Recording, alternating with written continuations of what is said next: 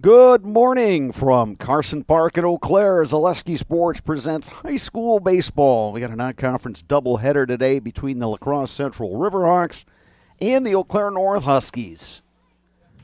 Hello again, everybody. I'm Bob Radovich, joined up in the broadcast booth here at Carson Park by former Eau Claire Memorial head coach Dave Sparger. And Spargs for the Huskies, boy, they had a good stretch a couple weeks ago where everything was going well for them, but then lately they've hit a couple bumps. I mean, they're playing okay. They're just not winning games.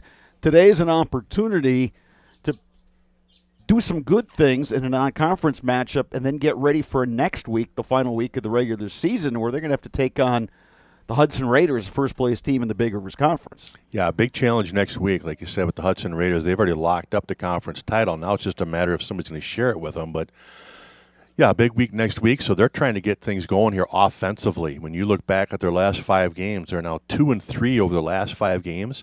Offensively, all they've done is put up 3 runs, 1 run, 5 runs, 2 runs, and 0. And that's been a tough run for them. And even before that, we talked about their doubleheader or their twin with Chippewa Falls. They were able to find 2 victories over there, but even there, they scored 2 runs and 4 runs. That was it. So, again, their offense has just been kind of lagging behind. They've had outstanding pitching, and they rely heavily on really good defense in order to get those W's. So not much room for error when your offense is a little sluggish. So like you said today, time to get things right and see if they can smack the ball around. Spark, can you put your finger on anything that you're seeing? I mean, obviously you're not there every day in practice or anything like that, but from just what we've seen in games, is something popping out at you that you're saying, hey, they got to do a better job at these specific things? Not really. I mean, that's just one of the things. It's funny about baseball. Kids are just hitters or they're not. It's like you got guys that can hit 400 every year they play, and other kids still struggle. And it's a strange thing when it comes to just hitting the baseball. Sometimes when you struggle offensively, though, what you can do is put more people in motion. So you can try to steal more bases. You can do a lot more hit and runs. So you kind of force the batter to swing the bat and attack the baseball that way. So you kind of maybe try to produce more runs by being more active that way. Huskies are 11-7 overall. Riverhawks come to Eau Claire with a 6-14 overall record. They're kind of hanging around middle of the pack in the Mississippi Valley Conference.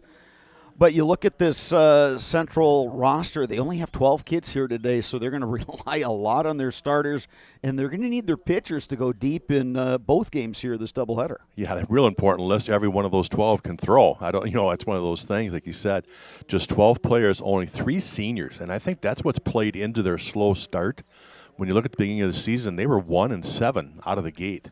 So since then, they've kind of played 500 baseball, but, they just simply got young squad, and they're trying to fill, 3 sophomores in there. And so I think as the season's gone on, they've gotten better. And like you talked about, they're middle of the pack. They're 5-6 in their conference. So, again, they've won some ball games, and they're playing better down the stretch. Today's pregame show is brought to you by Asher Exteriors. Call Asher's for your free no-obligation estimate at 888-GO-ASHER or visit goasher.com. That is goasher.com. Get off the ladder and get gutter helmet with Asher Lasting Exteriors. Trust the experts on your most valuable asset, your home. Give them a call today at 888-GO-ASHER. Huskies in the white jerseys today with the Columbia blue numerals. Columbia blue and black trim. Riverhawks wearing the black jerseys, the red numerals. Now our national anthem.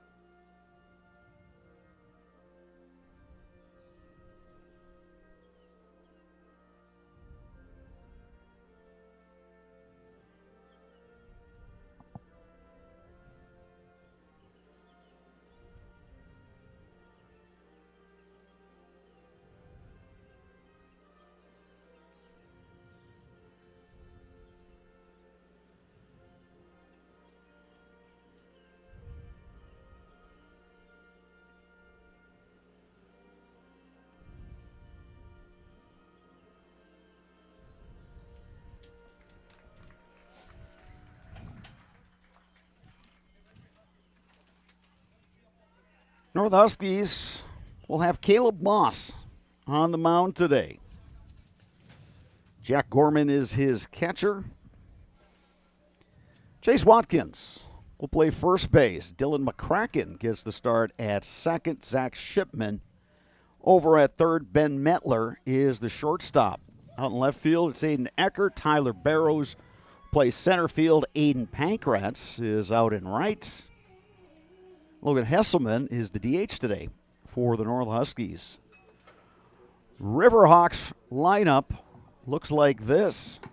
Batting first is the second baseman, Zach George. Center fielder Derek Pangier will bat second. Batting third is the catcher, Jude Alvarado. Grayson Veenendahl is the designated hitter. He will bat fourth.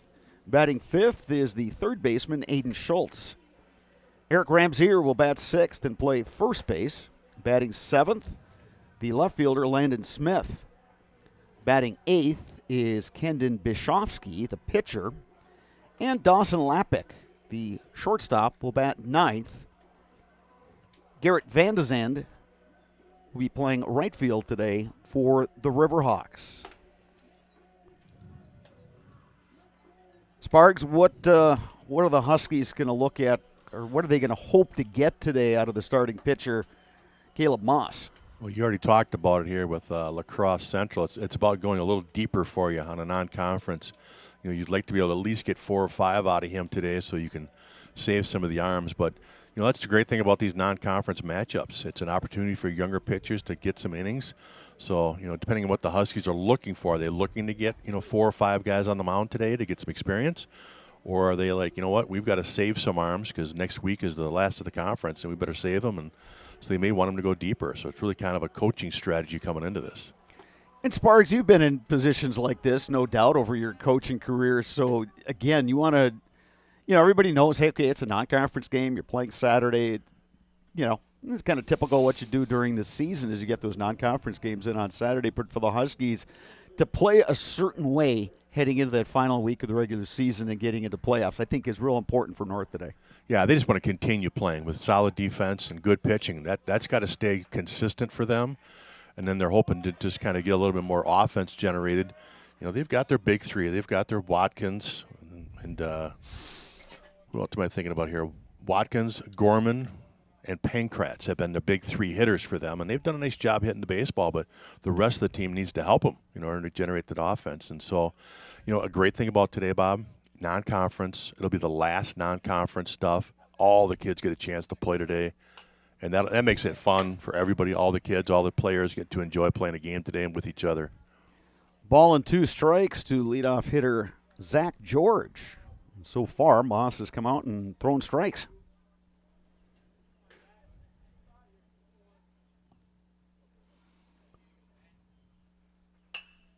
Lifted in the air, right side. Coming on is Pankratz, and he makes the catch. 1 down here in the top of the first.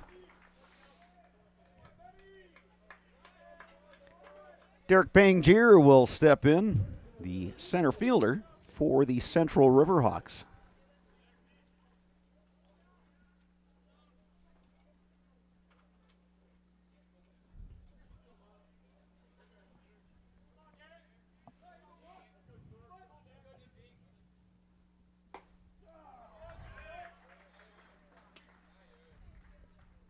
Moss starts out Pangier with the strike. Yeah, the Husky coaching staff, that's what they're really looking for. And seeing him pound the zone today, just throw a lot of strikes. And there's one on the outside corner. It's 0-2 to Pangier.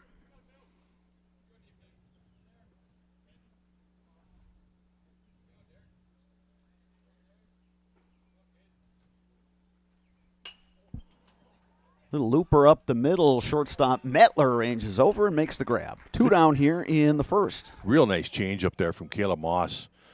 Had Pangier way out on that front foot. Little blooper to shortstop. Excellent pitch. Here's Jude Alvarado, catcher for the Riverhawks. Multi-sport athlete down at La Crosse Central. Sparks, we saw him on the football field. Yeah, I thought I recognized the name.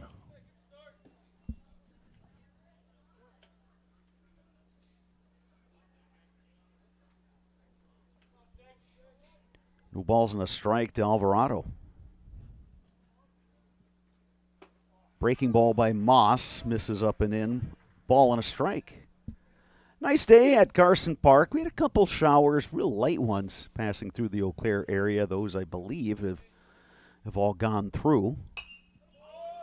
Game time temperature 72 degrees. That's the part that surprises me. It's 10 o'clock in the morning. It's already 72 degrees. These guys are lucky. Yeah, and it's gonna warm up over the course of the day. But good baseball weather. 1-2 pitch. Up the middle. Tough play, McCracken. And he throws out Alvarado. Central goes down 1-2-3 in the top half of the first. North coming to bat. When we return, you're watching high school baseball on Zaleski Sports.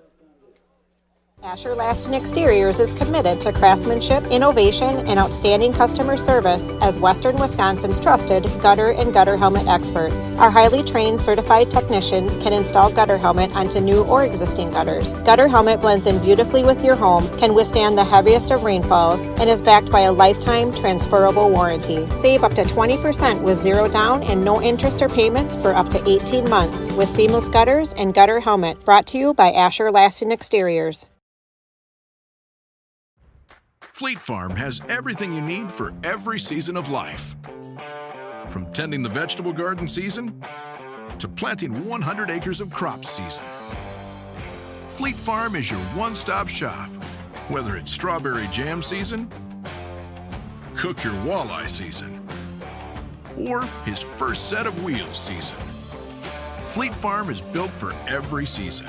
Fleet Farm, built for real life. Marshfield Dairy Fest is May 31st through June 2nd. Check out marshfieldchamber.com for all the details. See you in Marshfield for a fun-filled weekend. The lefty Kendon Bishovsky on the mound for La Crosse Central. Jude Alvarado is his catcher. Eric Ramsier is over at first. Zach George playing second. Aiden Schultz is the third baseman. Landon Smith playing shortstop.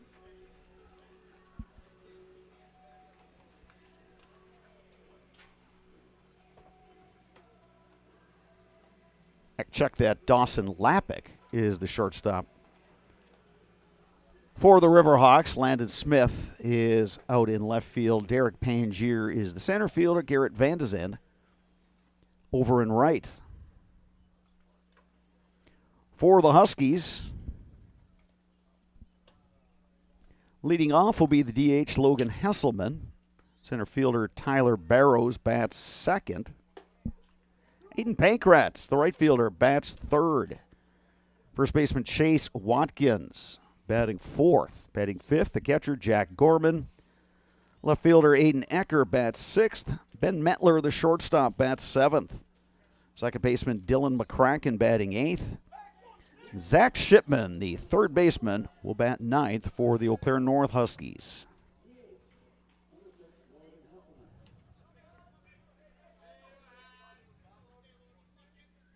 Hesselman to start it off. Lefty-lefty matchup.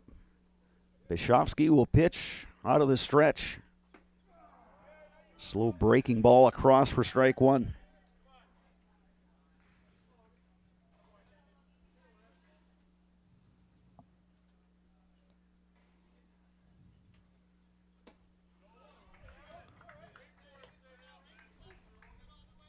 Bishovsky's just a sophomore here. Lefty, so a good experience for him to come up and play somebody in the big rivers. Grounder down to first, glove by Rams here, and he'll take it to the bag for the out. One down here, and the Huskies half of inning number one. That'll bring up the center fielder Tyler Barrows.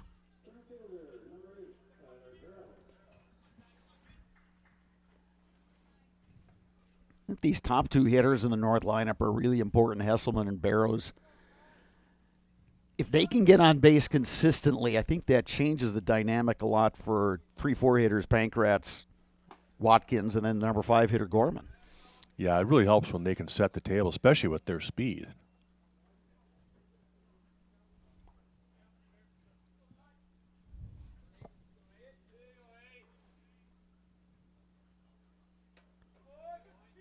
Ball and a strike now to Barrows. Very little wind to speak of here at Carson Park. Mostly cloudy skies. Clouds may break up as the day continues, but a nice day for baseball here in western Wisconsin.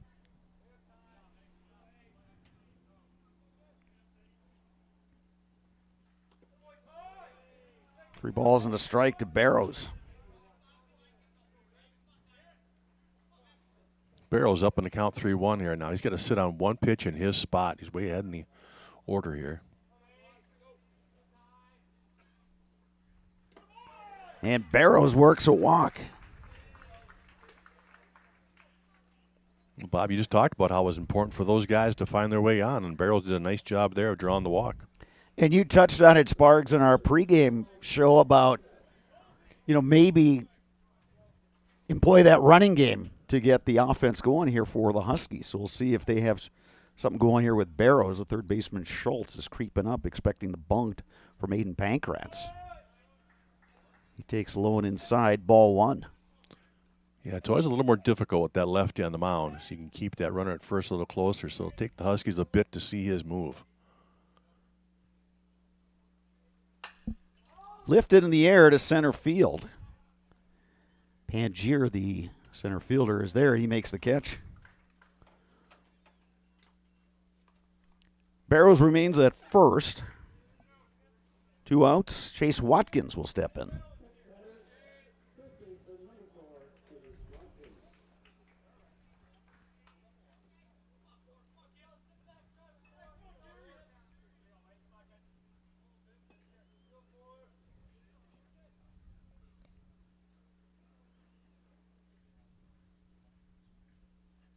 Runner goes. Good pitch to run on. Yeah, slow curve from Bishovsky. And he went on first move, and that's one of the things with a lefty. If you're going to go on a lefty, that's one of the options. It's just simply go when he picks up that front foot. So Barrows was gone, and he got that slow curve to help him.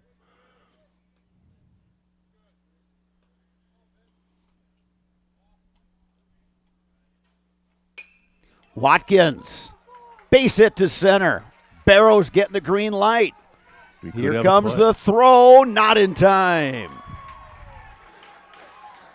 Big 2-out hit there from Chase Watkins. That's something the Huskies have not come up with lately, is that big 2-out hit. So Watkins coming through. So the Huskies strike first here in game one of this doubleheader against Central. Now here's Jack Gorman. And again, that run game, going back to that steal from Barrows, helps the Huskies push a run across.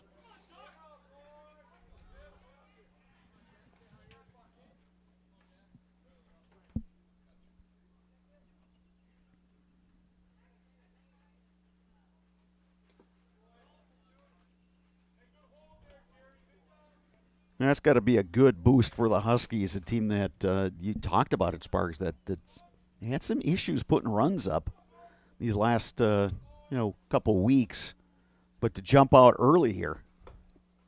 Yeah, that's the key, isn't it? Jumping out early, getting on the board right here in the first inning.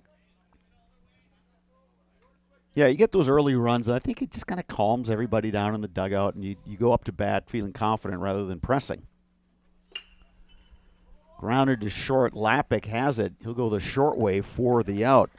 Huskies get a run on the RBI single from Chase Watkins after one complete. Whoa. Whoa. What do we have? Yeah, you tell me. Catch interference, maybe. Catcher interference, Yeah, I see him talking down here. Not so fast. So Gorman is on with the catcher interference. 2 down, and now it's Aiden Ecker at the plate.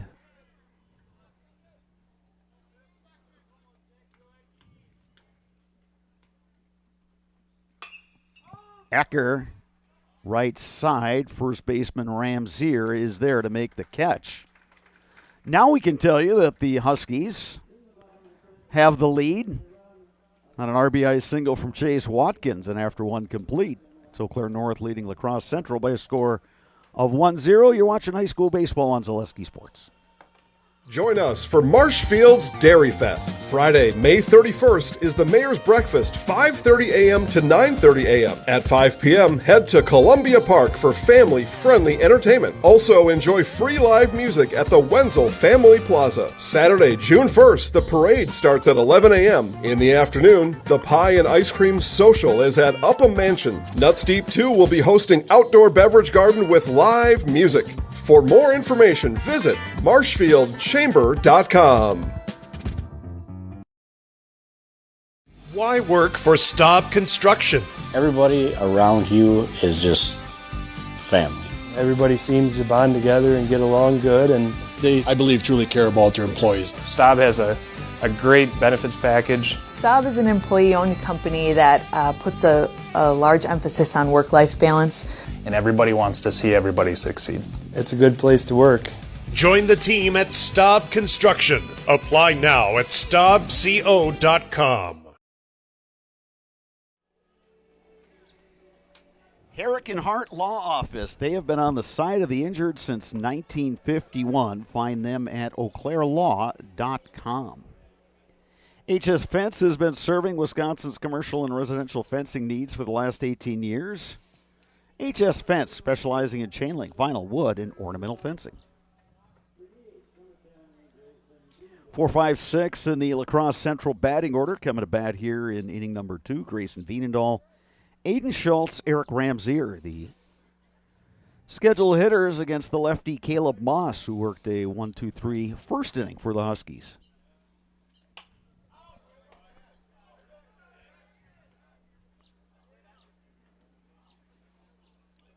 For those of you wondering at home about that catcher interference, that does go down as an E2, so as an error on the catcher. But the base runner receives first base without it costing him an at-bat, so it's just like drawing a walk.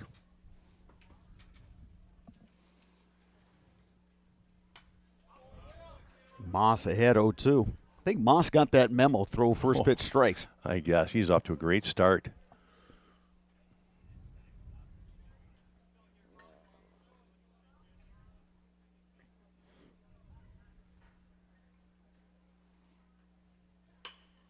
Curveball bounced down to short. Mettler with the scoop. And the throw, it's in time.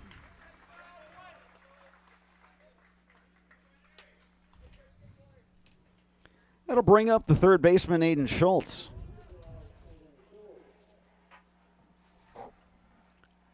Well, important for Moss today to really have a good day when you look at the fact that they're 1 and 2 pitchers. Watkins and Ecker are both seniors, so he'll be stepping into that role next year as being a number 1 or number 2 pitcher for their startings on the conference stuff.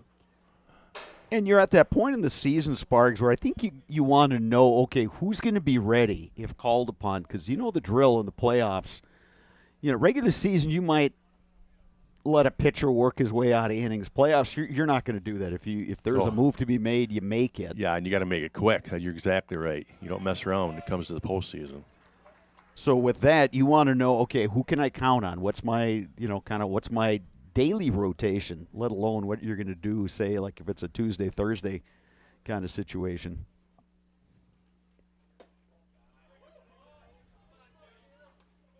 You know, it'll be a really, I know we've talked about this on other webcasts, but it's going to be a really interesting postseason for these Big Rivers Conference teams because there's a lot of parity. There are a lot of good teams, and each team has got a couple of guys that are just, really outstanding and capable of carrying you through, a couple-week stretch. So it'll be fun to follow all the action going forward. Yeah, kind of the same thing over there with the Wisconsin Valley Conference, who we blend with for the postseason. They're tough, too, and a lot of good balance. Grounded to second base. McCracken has it. Throws out Aiden Schultz. Eau Claire Memorial is over at DC Everest today in a matchup of Big Rivers and Wisconsin Valley teams. Hudson will host Marshfield in a doubleheader today. So just about everybody is getting some late season tune-ups. Yeah, great timing for those matchups to cross over like that, especially with the seed meeting being tomorrow. Bouncing ball, Mettler knocks it down, but he can't make the scoop, so Eric Ramsier will reach.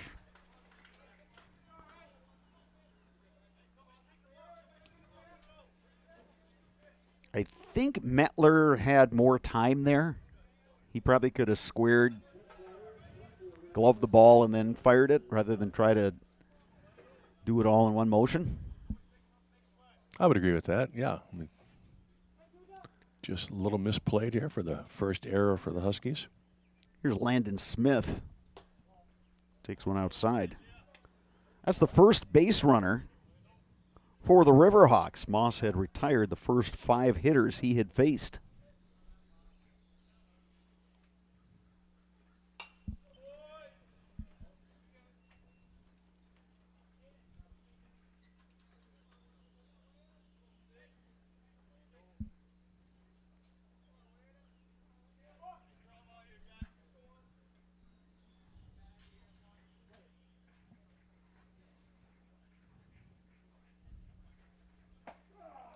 Nice pitch on the outside corner. Ball and 2 strikes to Landon Smith. 2 outs here, top of 2. Runner at first is Eric Ramsier. This is where Moss has come with that changeup and been real effective. Instead, he goes fastball. Wait, he just looks like he's throwing free and easy out there today. Oh, yeah, he's in good control right now. And another key, he's working fast. Breaking ball misses upstairs, 2 balls, 2 strikes. Well, and this will be the last time he throws as far as non-conference. Now it's all like you talked about. It's all going to be conference or the postseason. So this is important for him to have a good outing. Tried to catch that outside corner, but missed. 3 balls, 2 strikes. So Ramsier, the runner at first, will be in motion.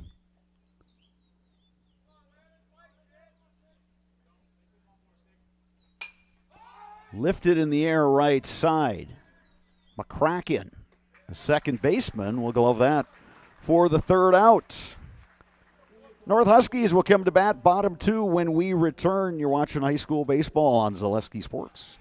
You're tuned in to Better Halves. Mike, what are you looking for? Skip, I'm not getting older. I'm getting better. I still got big plans for my life and my Medicare. I know exactly what you want from Medicare. Same as all the other guys. Me!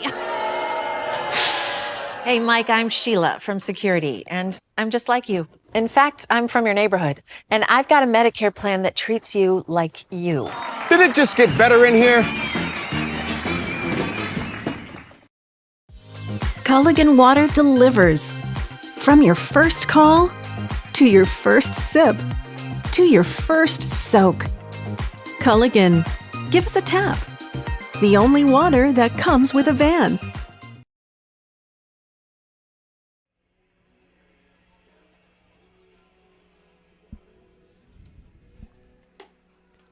Castle Insurance, based in Eau Claire, is your local independent insurance provider. For all your insurance needs, you can depend on Castle Insurance. Olympic Flame Restaurant in Eau Claire since 1980. Uncle Lampros brought homemade family recipes from Greece, and the tradition continues today at Olympic Flame Restaurant. Eau Claire's best-kept secret is the Olympic Flame Greek Restaurant on London Road. North Huskies will send up 7, 8, 9 in their order. Ben Mettler, Dylan McCracken, Zach Shipman against the lefty, Kendon Bishovsky. Huskies leading the Riverhawks by a score of 1-0. On what is really turning out to be a very nice day here at Carson Park. Clouds are pushing off towards the east. And we've got quite a bit of blue sky, and the sun is out here at Carson. Huskies have a right-hander throwing in their bullpen, Sparks. Yeah, so it might be one of those indications that they want to get several guys up today to get some innings.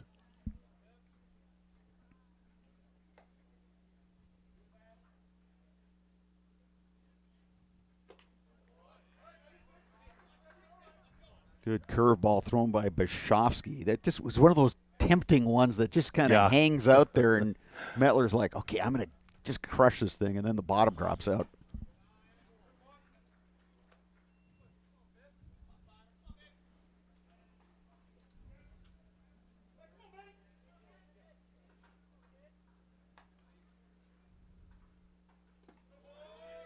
A breaking ball misses, 2-1. Yeah, I came back at that one again, but that one went about 60 feet, so it dropped in front of the plate. Just from what we've seen, Bishovsky throws a nice curveball. It's a slower curveball. It's just a matter of throwing that so that he's hitting his spots. Yeah, like I said, it's a slow, big breaker, so it's a little tougher to control. Big gap in right center field. The right fielder Van de Zandt playing way over toward the line. And it's ball 4 to Ben Metler.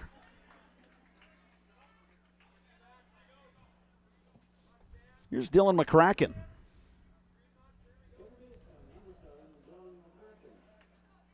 Third baseman Aiden Schultz creeping up. We'll see if the Huskies put something on here. They had Barrows on in the first inning. They sent him. It was a stolen base for Barrow. Then he came home on the Chase Watkins RBI single.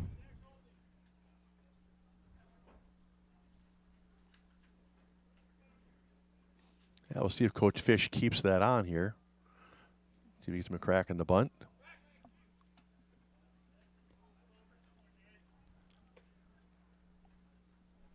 Again, the right fielder Van de Zandt is very close to the line.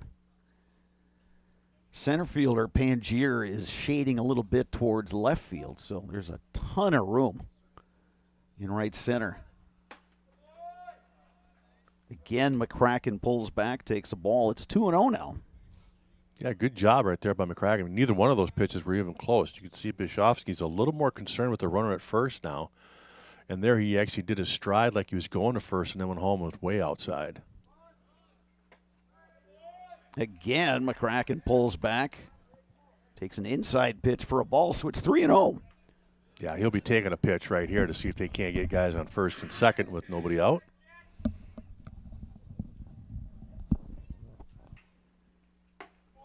And it is ball 4, Dylan McCracken. So 2 straight walks to start the second. The Huskies have something cooking here. Bottom 2. Zach Shipman coming to the plate.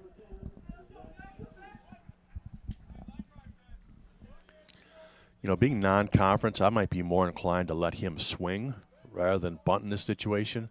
But I know there's standard procedures to bunt and get guys in scoring. But you want Shipman to get more swings and see if he can't start hammering the baseball a little bit for you.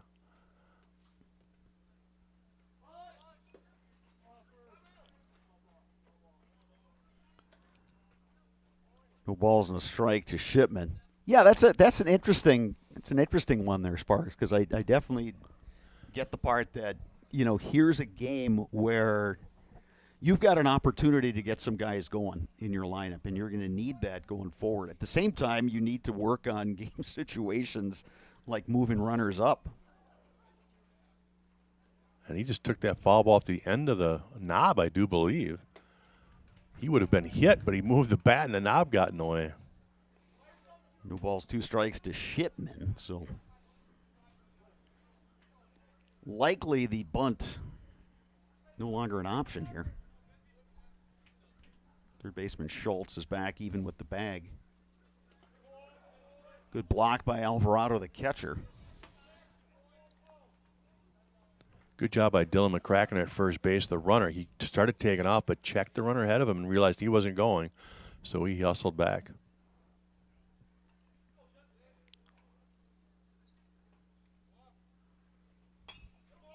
Shipman back towards us.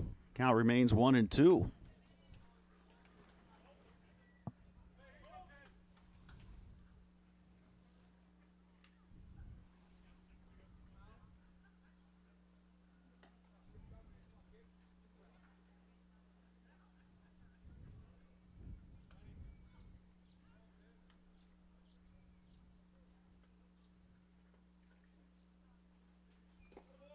Shipman takes that one low. It is 2-2. Good at bat now from Shipman. He's already seen 5 pitches. He's hanging in it tough. He was 0-2, and now it's back to 2-2.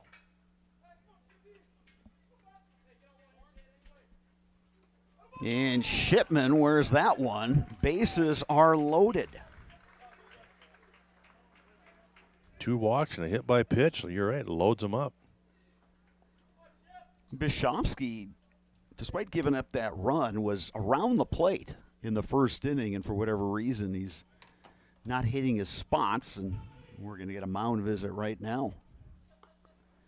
You can get Culligan water for just $9.95 a month for the first 3 months. Visit Sterling Culligan Water at CulliganH2O.com. Well, we did talk about the fact that Central is 5-6 in the conference, and with their record, that would make them 1-8 in non-conference play.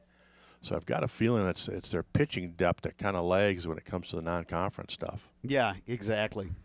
And that goes back to, having 12 kids on the varsity roster. I mean, you can, you throw your one on Tuesday and throw your number 2 pitcher on Thursday, and then you get to those non-conference games, and then it's you're trying to mix and match and, find through the rest of the staff. And if you don't have that depth, it's gonna definitely affect your record. Yeah, especially if one of those pitchers on your 1 or 2 on your conference stuff starts to falter at all, and you go to the bullpen. It makes it pretty weak for the weekends.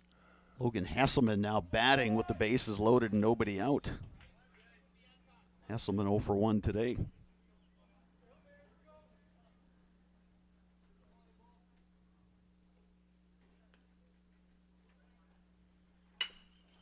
Bouncing ball to first. They'll come home and get the out. So Eric Ramsier firing home to Jude Alvarado. Second time in this game that Hesselman has bounced one to the first baseman. Yeah, real nice play there by the first baseman, snagging that one, and then the wherewithal to make sure he comes home with it for the easy out there, saving a run. So McCracken moves up to third, Shipman to second. Base is still loaded for Tyler Barrows. We'll take one on the outside corner for strike one.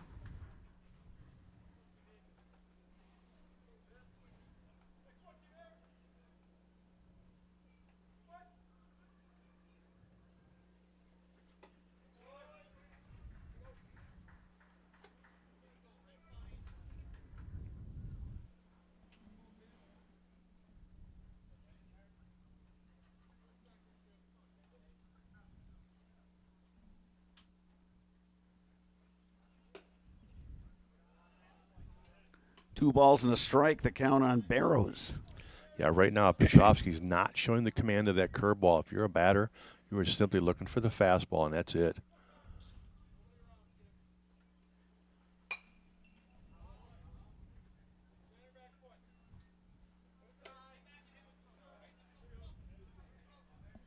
Corner infielders, both playing up. They're on the cutouts right now. Schultz, the third baseman's got his toes on the grass. 2 balls, 2 strikes to Barrows. Count now full.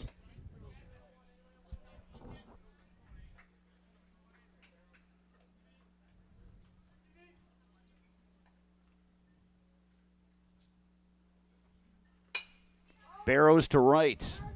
Van de Zand coming in, makes the catch. Throw comes all the way in, and they got him. A beautiful throw right on the money. Riverhawks get the double play. Huskies threaten but do not score. 2 complete here at Carson Park in game 1 of this doubleheader. Your score, Eau Claire North 1, La Crosse Central 0. You're watching high school baseball on Zaleski Sports. Today's game is brought to you by Toyson Ford. Stop in at Toyson Ford to pick out your new ride. Come see why all your friends and neighbors say you'll find a friend at Toyson Ford. An SC Swiderski apartment or home is certain to be where you want to live, work, and play throughout the Chippewa Valley. No matter where you live, look to SC Swiderski to make you feel right at home. Wall-to-Wall Carpet One, located on East Hamilton Avenue in Eau Claire. Give Wall-to-Wall Carpet One a call at 715-598-4485. Since 2009, Momentum Baseball Academy has been leading baseball instruction in western Wisconsin. Momentum Baseball Academy, official partner of the Eau Claire Express. Asher Laston Exteriors is committed to craftsmanship, innovation, and outstanding customer service as Western Wisconsin's trusted gutter and gutter helmet experts. Our highly trained certified technicians can install gutter helmet onto new or existing gutters. Gutter helmet blends in beautifully with your home, can withstand the heaviest of rainfalls, and is backed by a lifetime transferable warranty. Save up to 20% with zero down and no interest or payments for up to 18 months with seamless gutters and gutter helmet. Brought to you by Asher Laston Exteriors. At Chippewa Valley Orthopedics and Sports Medicine, whether you are a professional athlete, weekend warrior, or simply have an aching joint, rest assured that you will receive unsurpassed care delivered with compassion and respect. When you need it most, visit the sports medical experts at Chippewa Valley Orthopedics and Sports Medicine. New pitcher for the North Huskies, it's the right-hander Caleb Bruzewitz. Yeah, Bruzewitz is a senior. He's done quite a bit of pitching out of the bullpen through the season, even during conference play, so he's back up, getting some innings in this weekend. Well, an impressive outing from Caleb Moss, the junior lefty for the Huskies. Should have been 3 up, 3 down in both innings. Just mixed in one error there, so he faced 7, but no hits, no walks. Good job by him.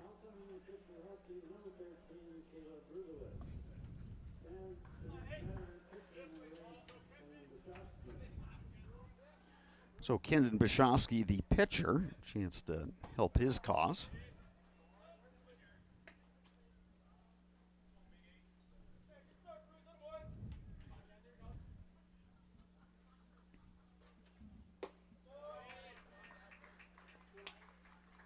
Bruzewitz, one of the harder throwers on this North pitching staff.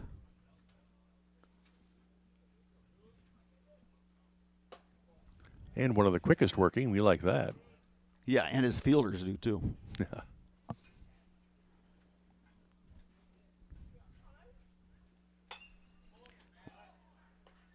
Last thing you want is a pitcher who has the nickname of the human rain delay. Oh, boy, is that. Yeah, you talk about your fielders. They get on their heels and start to fall asleep, and then all of a sudden the ball comes to them and they just kick it around. Swing and a miss. Bishofsky down on strikes. Bruzewitz records his first strikeout. Yeah, there are some guys that are like that. They're kicking dirt on the mound. They're doing some landscaping. They're checking the ball. They're rubbing it down. They're asking for another ball from the home plate umpire. It's, tugging at the sleeves, fixing the cap.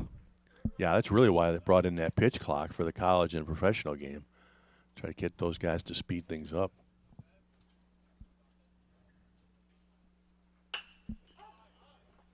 To center field, long run. Barrows still tracking it, makes the catch. Nicely done, Tyler Barrows. Yeah, Dawson Lappick put a charge into that one, but like you said, he was able to chase that one down.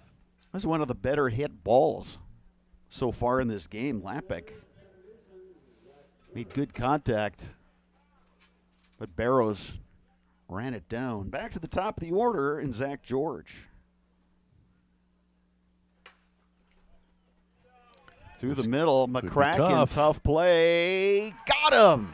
No, he said safe. No. Wait, I would agree with you. I would have rung him up too. Out.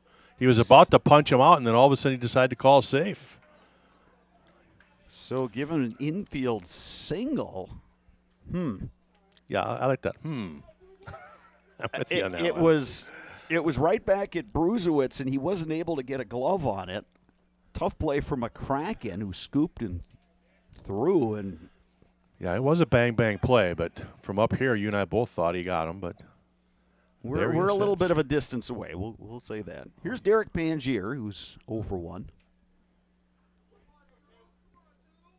See what the Riverhawks can do with that one. Strike one to Pangier.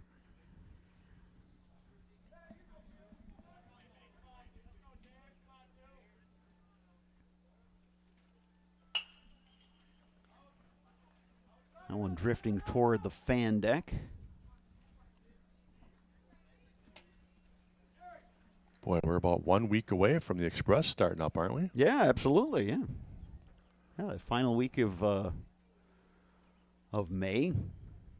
It's always a fun time. I tell you, you get the high school tournaments getting going, and Eau Claire Express season starting, and runner goes. Hit and Lifted run in the action. air to right. Pankratz coming in. Aiden Pankratz makes the grab. Eau Claire North will come to bat, bottom of the third. When we return, you're watching high school baseball on Zaleski Sports. Fleet Farm has everything you need for every season of life. From tending the vegetable garden season to planting 100 acres of crops season. Fleet Farm is your one-stop shop. Whether it's strawberry jam season, cook your walleye season, or his first set of wheels season. Fleet Farm is built for every season. Fleet Farm, built for real life. Join us for Marshfield's Dairy Fest. Friday, May 31st is the Mayor's Breakfast, 5:30 a.m. to 9:30 a.m. At 5 p.m., head to Columbia Park for family-friendly entertainment. Also, enjoy free live music at the Wenzel Family Plaza. Saturday, June 1st, the parade starts at 11 a.m. In the afternoon, the Pie and Ice Cream Social is at Upham Mansion. Nuts Deep 2 will be hosting outdoor beverage garden with live music. For more information, visit marshfieldchamber.com.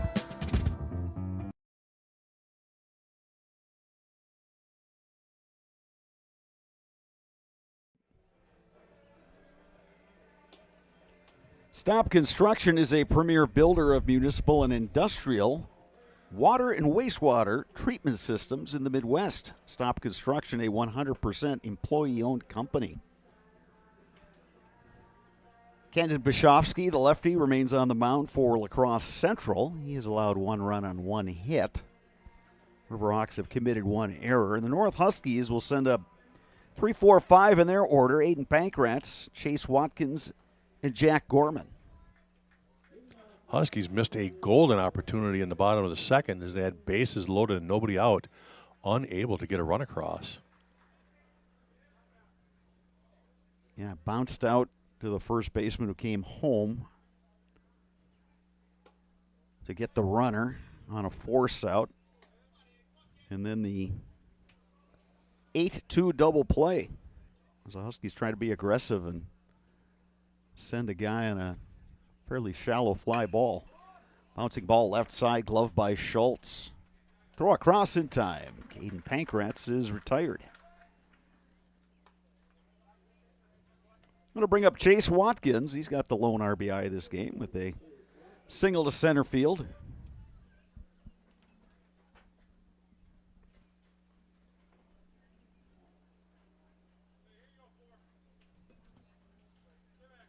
Playing shallow and right for him. He's taken a couple steps back, but Watt could certainly go that route. Oh, he tried. You know, it's interesting that right fielder Van de Zen has been guarding the line almost no matter who is up, whether it's a lefty or a righty. Yeah, and he's playing extremely shallow, too. Watkins. Tough play for Schultz. But he makes the grab as he's backpedaling in foul territory. Quickly 2 down here in the Huskies' half of the third. Here's Jack Gorman. He reached on catcher's interference back in the first inning.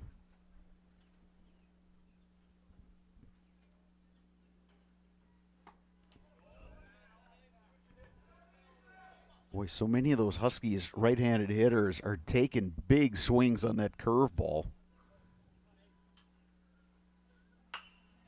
And that time, it's a hit for Jack Gorman. Yeah, another curveball. He went back-to-back on that, and Gorman was all over that second one. Huskies looking to get something going with 2 outs. Here's Aiden Ecker, who's 0 for 1. Yeah, the run in the first inning came when there was nobody on, with 2 outs, they were able to bring him across.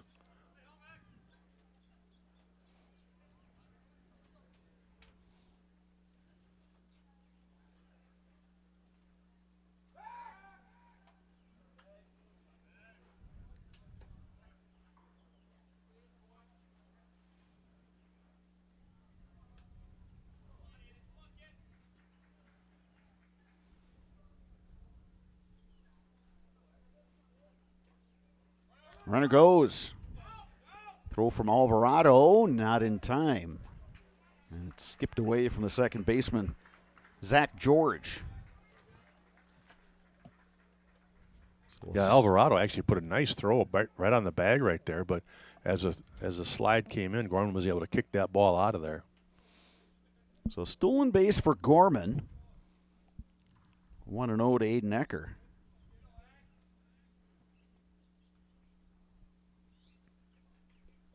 And he's going to wear that one. Gorman will have to retreat to first base.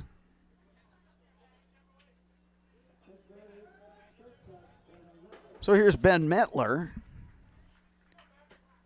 He walked in the second inning.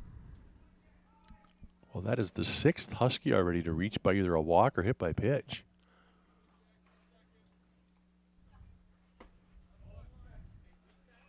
Bishovsky going with the fastball away that time. Metler swung over it. 0-1.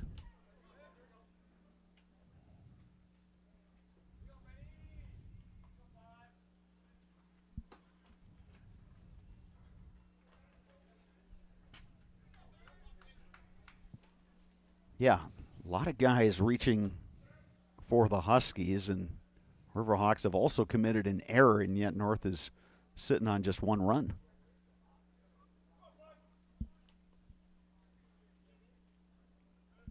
Left a pair of runners on in each of the first 2 innings. Got 2 on right here.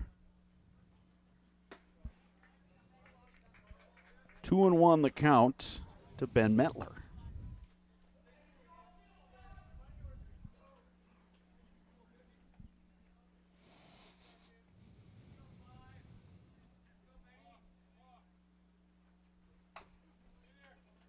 Little roller is going to go foul. 2 balls, 2 strikes. Now the count to Metler.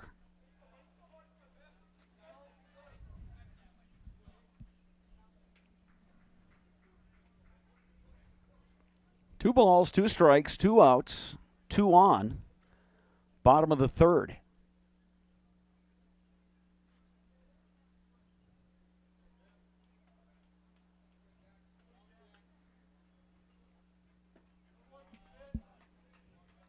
And that'll make it a full count. So the runners will be in motion. Good job by Ben Metler laying off that curveball. He's got to think fastball here.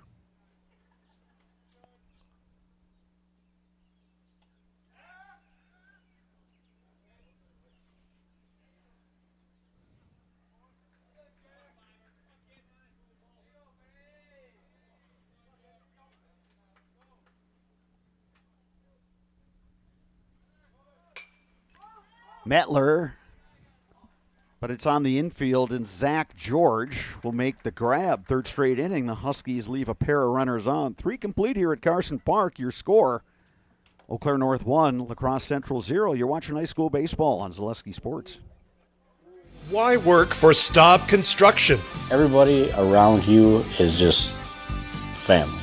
Everybody seems to bond together and get along good, and They, I believe, truly care about their employees. Staub has a great benefits package. Staub is an employee-owned company that puts a large emphasis on work-life balance. And everybody wants to see everybody succeed. It's a good place to work. Join the team at Staub Construction. Apply now at staubco.com. You're tuned in to Better Halves. Mike, what are you looking for? Skip, I'm not getting older. I'm getting better. I still got big plans for my life and my Medicare. I know exactly what you want from Medicare. Same as all the other guys. Me! Hey, Mike, I'm Sheila from Security, and I'm just like you. In fact, I'm from your neighborhood, and I've got a Medicare plan that treats you like you. Did it just get better in here?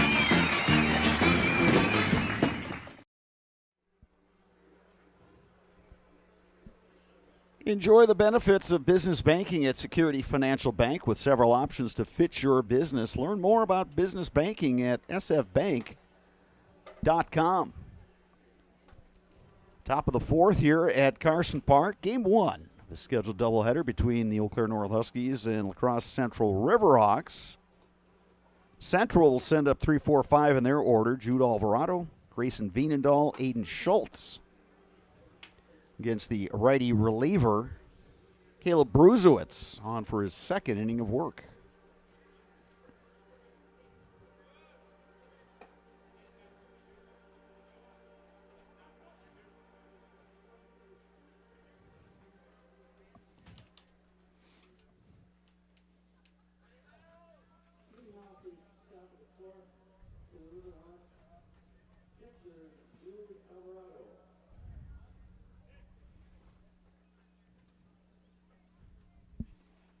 Alvarado bounced out to second baseman Dylan McCracken to end the first inning.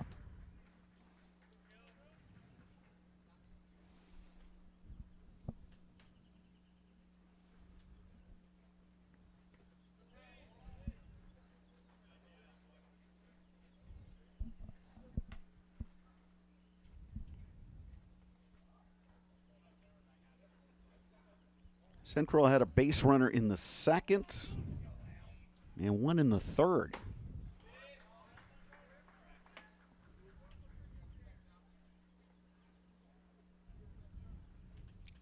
Alvarado chasing that high fastball to get behind 1-2. And strike three called. Bruzewicz pounding the strike zone. Yeah, real nice fastball on the outside corner there. Going to bring up Grayson Veenendahl. He bounced out to short to lead off the second inning for the Riverhawks.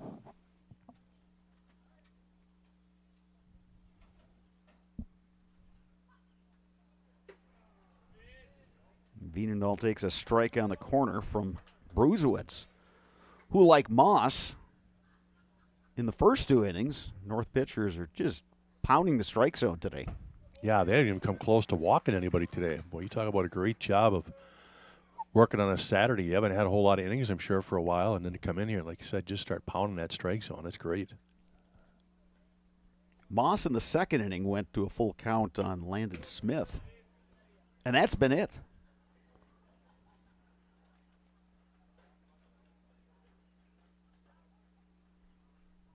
Nobody from Central, other than Landon Smith, when he popped out on a 3-2 count, nobody has even had a 2-ball count, which is pretty interesting.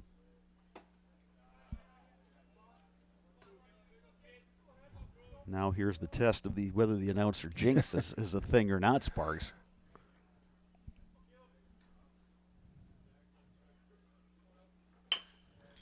Bouncing ball, McCracken. The scoop and the throw across. And there are 2 outs here in the fourth. Yeah, another good job of just getting that ball over the strike zone, making them put it in play. Good things will happen for you if you don't walk people, walk batters, and put them on and create havoc on the bases. If you just keep them off by making them swing it. Here's Aiden Schultz. He bounced out to second base in the second inning.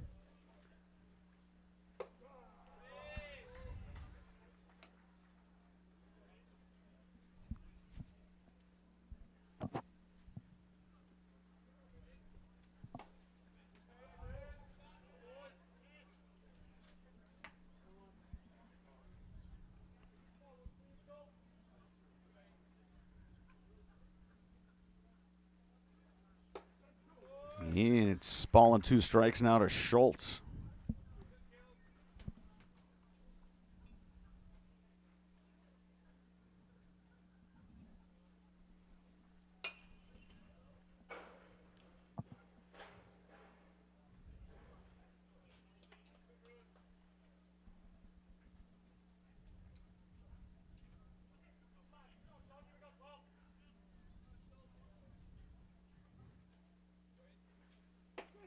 Strike 3 called.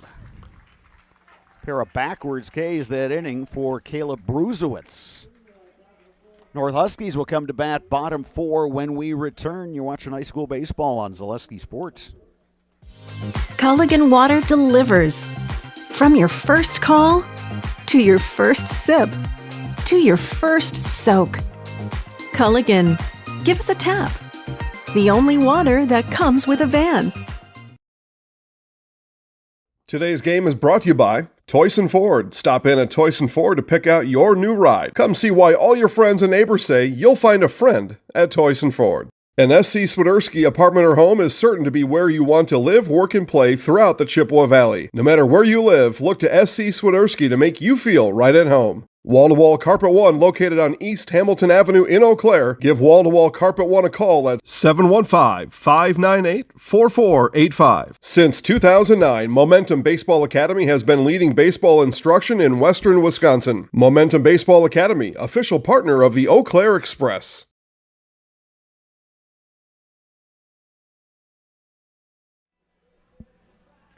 We are back here at Carson Park in Eau Claire. Game 1 of this scheduled doubleheader between La Crosse Central and Eau Claire North.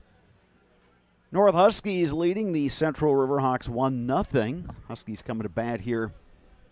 Bottom half of inning number 4. They will send up 8-9-1 in their order. Dylan McCracken, Zach Shipman, and Logan Hesselman against the lefty, Kendon Bishovsky, who is stranded 6 North base runners. He's wiggled out of a few jams.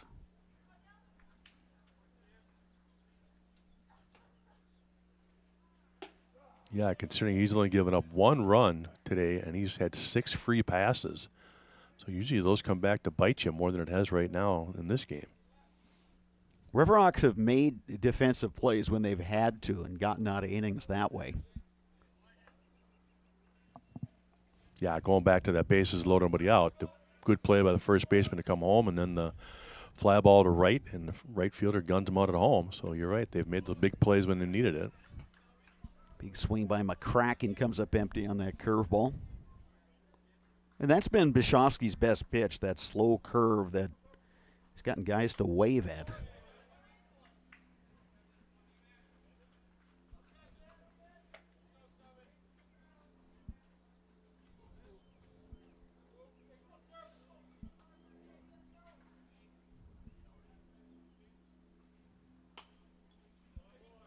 Inside out swing that time from McCracken. Count remains 1-2.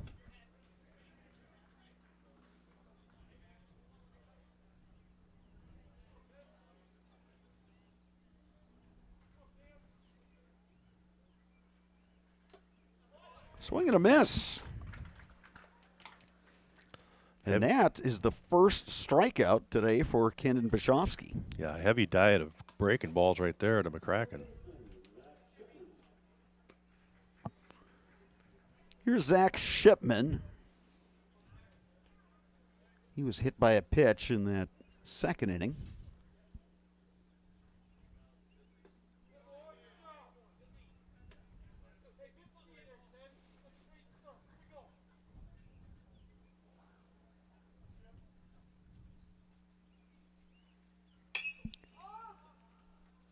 Dawson Lappick backpedaling, makes the catch on the grass. Quickly 2 down here in the Huskies' half of the 4th. Back to the top of the order now, and Logan Hesselman, who was grounded out twice. 3 unassisted, and he was part of that 3-2 force play. It was Hesselman who came to bat in the second with the bases loaded, nobody out. Bounced one down to first baseman Ramzier, who came home and got the force play at the plate.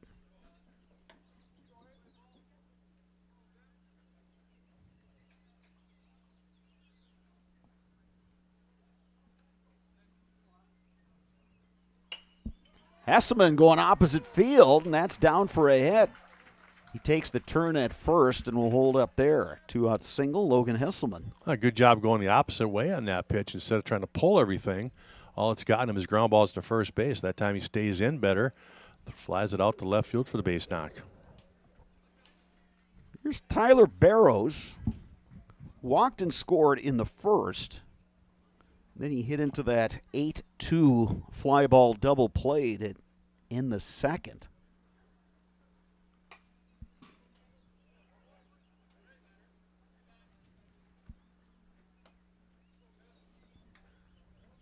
Well, I'm sure Hesselman's looking to find a pitch here that he's going to take off on and get himself in scoring position here with 2 outs.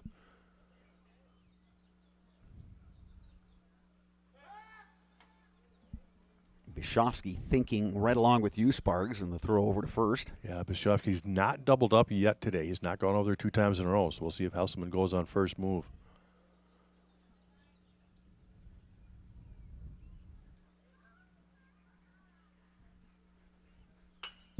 Barrows Could to get left down. center. Landon Smith tracks it down. Nicely done by the Riverhawks left fielder. 4 complete here at Carson Park. Score remains Eau Claire North 1, La Crosse Central 0. You're watching high school baseball on Zaleski Sports. Asher Laston Exteriors is committed to craftsmanship, innovation, and outstanding customer service as Western Wisconsin's trusted gutter and gutter helmet experts. Our highly trained certified technicians can install gutter helmet onto new or existing gutters. Gutter helmet blends in beautifully with your home, can withstand the heaviest of rainfalls, and is backed by a lifetime transferable warranty. Save up to 20% with zero down and no interest or payments for up to 18 months with seamless gutters and gutter helmet. Brought to you by Asher Laston Exteriors. Fleet Farm has everything you need for every season of life. From tending the vegetable garden season to planting 100 acres of crops season. Fleet Farm is your one-stop shop. Whether it's strawberry jam season, cook your walleye season, or his first set of wheels season. Fleet Farm is built for every season. Fleet Farm, built for real life. Inning number 5 at Carson Park. Got a close one going here between the Huskies and the La Crosse Central Riverhawks. Central will send up 6, 7, 8 in their batting order. Eric Ramsier, Landon Smith, Kendon Bishovsky, the scheduled hitters, against Caleb Bruzowitz, who came in to start the 3rd inning in relief of starter Caleb Moss. Bruzowitz has certainly done the job. He's recorded 3 strikeouts in his 2 innings of work and just the 1 hit allowed. Yeah, that 1 hit was just infield slow roller that the guy was able to beat out. So it's a good pitch, just a slow roller that he was able to beat out. So just the 1 hit so far for the Riverhawks. Eric Ramsier at the plate. He reached on an error. 1 hopper down to McCracken. And he gets the out at first base. McCracken's been solid at second base today. Yeah, he's had several chances too, and he, like you said, he's just been solid, made the play. Here's Landon Smith. He popped out to McCracken back in the 2nd.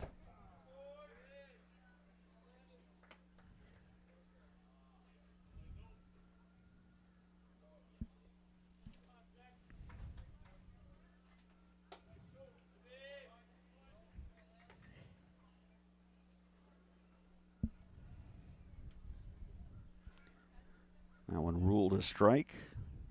0-2. Lifted to left. Aiden Ecker. Couple steps toward the line. 2 outs now here in the 5th. Bruzowitz continues to work fast and throw strikes. Here's Kendon Bishovsky. He was the first batter Bruzowitz faced in the 3rd inning. Bishovsky struck out swinging.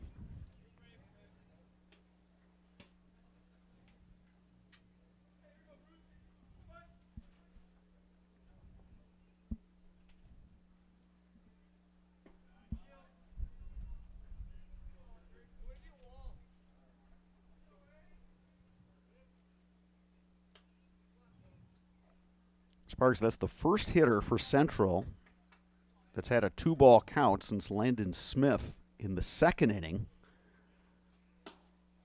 when the count was full. Yeah, and here's their first 3-0 count of the day for the Huskies exactly pitching right. staff. Yeah. And it's a 4-pitch walk. Bishovsky works a walk. He represents the tying run. Here's Dawson Lappick, the shortstop, who flew out to center field. Yeah, he put a charge into one last time up. You center, more like left center when by the time Barrows chased that one down. He had a long way to get it. Lappick takes a strike. Good job by Bruzowitz coming right back, getting ahead.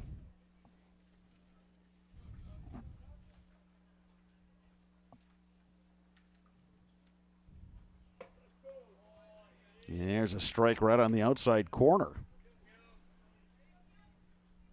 Yeah, I think if you're Peruzowicz, you got to go back out there again. Maybe an inch or two off the corner. That's where the catcher, Gorman, is setting up. Swing and a miss. Riverhawks leave a runner on. Huskies coming to bat, bottom 5 when we return. You're watching high school baseball on Zaleski Sports. Join us for Marshfield's Dairy Fest. Friday, May 31st is the Mayor's Breakfast, 5:30 a.m. to 9:30 a.m. At 5 p.m., head to Columbia Park for family-friendly entertainment. Also, enjoy free live music at the Wenzel Family Plaza. Saturday, June 1st, the parade starts at 11 a.m. In the afternoon, the Pie and Ice Cream Social is at Upham Mansion. Nuts Deep 2 will be hosting outdoor beverage garden with live music. For more information, visit marshfieldchamber.com. Why work for Staub Construction? Everybody around you is just family. Everybody seems to bond together and get along good, and They, I believe, truly care about their employees. Staub has a great benefits package. Staub is an employee-owned company that puts a large emphasis on work-life balance. And everybody wants to see everybody succeed. It's a good place to work. Join the team at Staub Construction. Apply now at staubco.com. Eau Claire North, the Huskies will send up 3, 4, 5 in their batting order here in the bottom half of inning number 5. Aiden Pankratz, Chase Watkins, Jack Gorman, scheduled hitters against the lefty Kendon Bischoffsky, who's done a good job of keeping his team in this one. He's allowed 3 hits. North has also had 6 base runners due to walks and hit by pitch. Riverhawks have also committed an error, but Bischoffsky has made some good pitches when he's needed to. Huskies have stranded 7 on base through the first 4 innings. Yeah, top 3 hitters for the Huskies, though, this inning. Pankratz, Watkins, and Gormans. So let's see if they can't produce something here. I think this is the best opportunity for the Huskies to put something on the board, and there's a start right there, hit by pitch. So Pankratz is aboard. Now we get a runner for Chase Watkins. And again, we'll see the Huskies get the runner in motion. Gorman was able to steal a base back in the 3rd. Yeah, I think I'll wait a little bit with Watkins at the plate. They had Pankratz leaning just a bit. Little adjustment here by Watkins. He moved up in the box. A little closer to that pitcher because he's not throwing hard.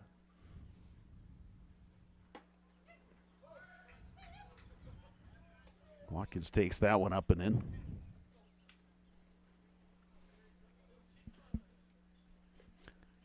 Huskies have a right-hander warming up in their bullpen. 2-0 now to Watkins.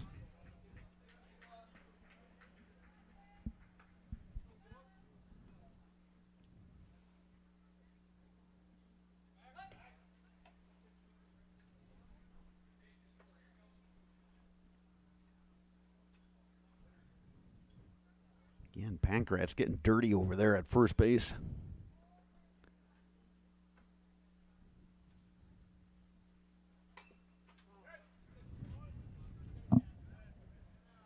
Two balls and a strike to Watkins.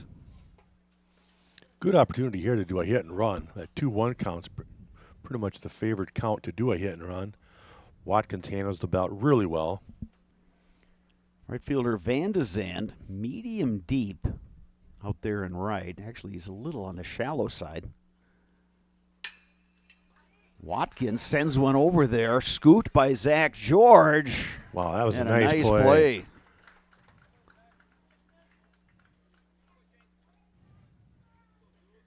So Watkins is retired. Really nice play by Zach George. Kind of did the slide on the grass and popped up and made the throw.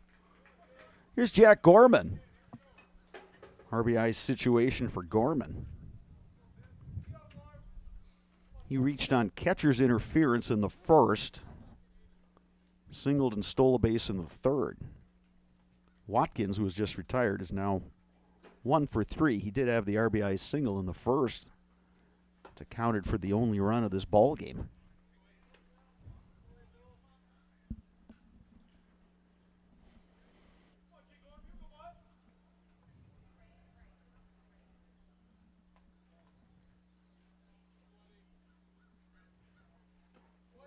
Good scoop by the catcher, Jude Alvarado.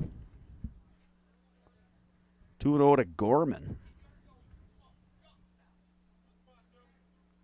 Again, a lot of room in right center. The right fielder, Van de Zand, shading toward the line.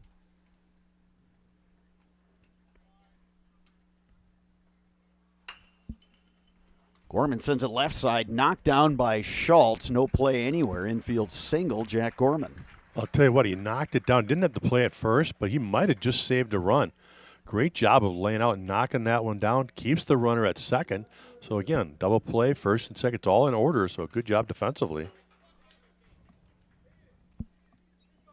So 2 on, 1 out. Aiden Ecker comes to the plate. Ecker 0 for 1. He walked in the third. First baseman Ramzier is sneaking in a bit.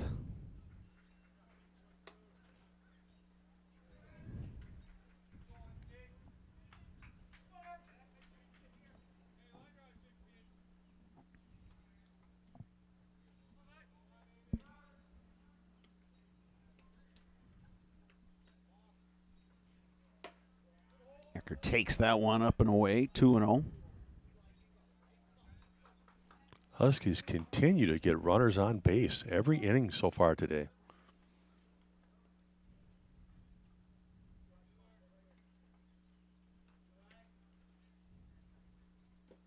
Ecker takes that one low, 3-0.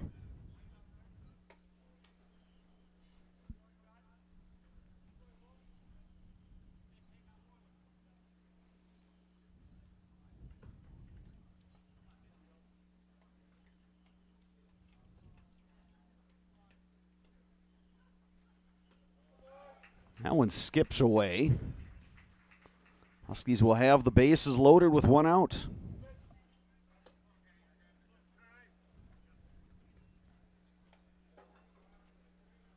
And we'll get a mound visit from the Riverhawks. They have not had anybody warming up in their bullpen. I don't think they have enough guys to warm up in the bullpen.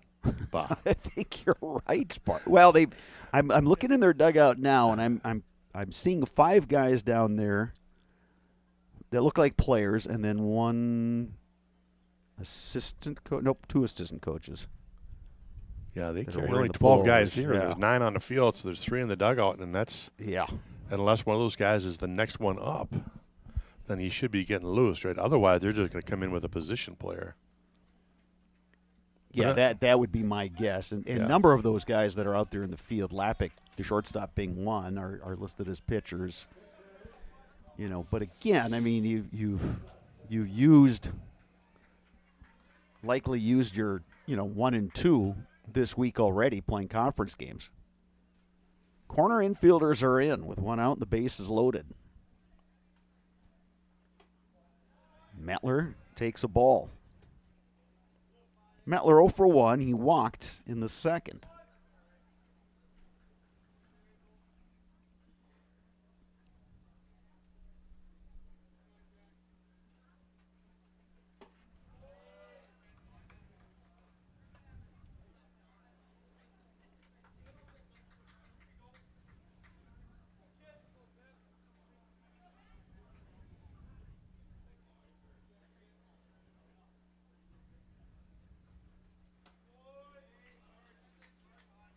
And Bishovsky has gone 3-0 now to Mettler.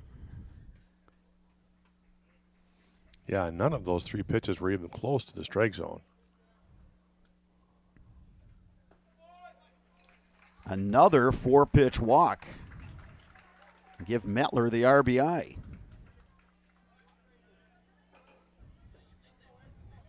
Pankratz scores to make it 2-0. Gorman moves to third. Ecker now down at second. Here's Dylan McCracken 0 for 1. Walk and a strikeout. Corner infielders, Schultz at third, Ramsier at first. Both in on the grass. Middle infielders playing for the double play.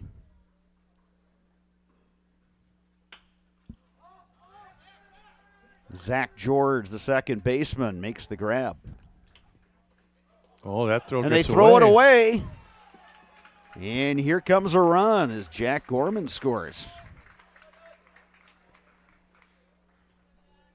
Yeah, really an unnecessary throw. I mean, a good fake there from third by Jack Gorman, but, infield fly roll, there's no way he's going. I mean, you could simply pump fake and just, again, there's no way he's going to go.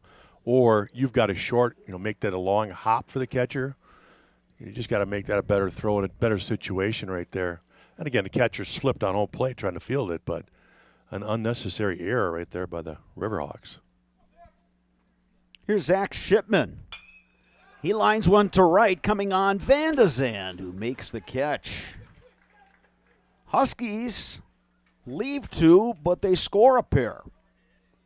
And after 5 complete, North now leads La Crosse Central 3-0. You're watching high school baseball on Zaleski Sports. You're tuned in to Better Halves. Mike, what are you looking for? Skip, I'm not getting older. I'm getting better. I still got big plans for my life and my Medicare. I know exactly what you want from Medicare. Same as all the other guys. Me! Hey, Mike, I'm Sheila from Security, and I'm just like you. In fact, I'm from your neighborhood, and I've got a Medicare plan that treats you like you. Did it just get better in here?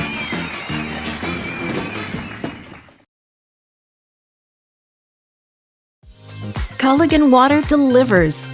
From your first call, to your first sip, to your first soak. Culligan, give us a tap. The only water that comes with a van.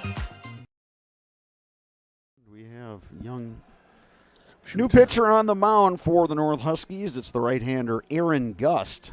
Third pitcher North has used today. Caleb Moss worked the first 2 innings. Caleb Bruzewitz the last 2. Check that, last 3 innings.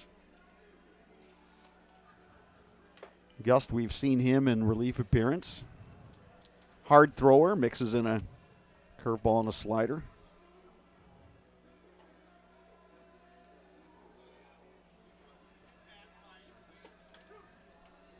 He will face the top of the order for the Riverhawks. Zach George, Derek Pangier, and Jude Alvarado. Riverhawks have done a good job of just kind of hanging around in this one. But now the margin is 3. So they will look to answer with some runs here in the top of the 6th. And Gust will look for that shutdown inning after his teammates picked up a pair of runs in the bottom of the 5th. Zach George is 1 for 2. He singled in the 3rd. And that is the lone hit so far for the Riverhawks. And Gus, trying to work inside, winds up hitting George. So Zach George is on for the 2nd time today. First time today the Riverhawks have gotten their leadoff batter on. Here's Derek Pangier.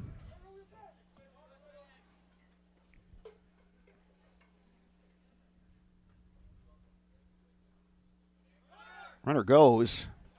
Throw down from Gorman is a good one, and they got him. On the money. That's about as good as it gets from the catcher, Jack Gorman. And Dylan McCracken, the second baseman, putting the tag on.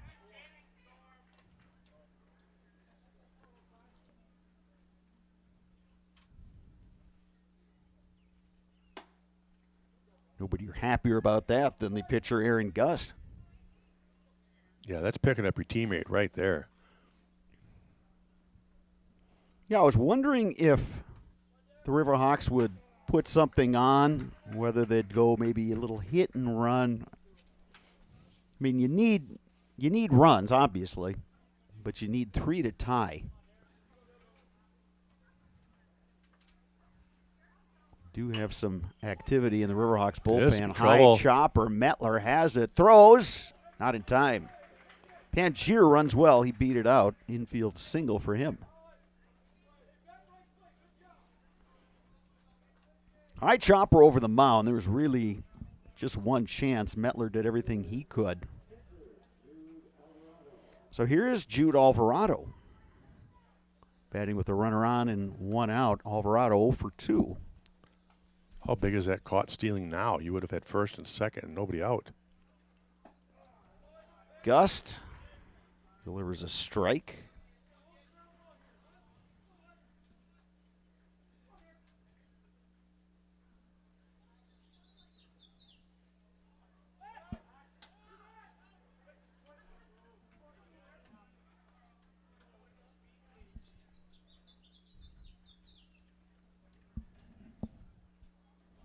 Very light breeze continues to blow here at Carson Park. Sharply hit but foul.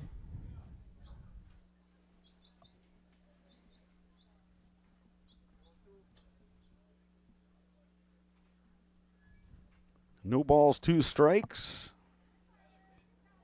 The Riverhawks catcher Jude Alvarado.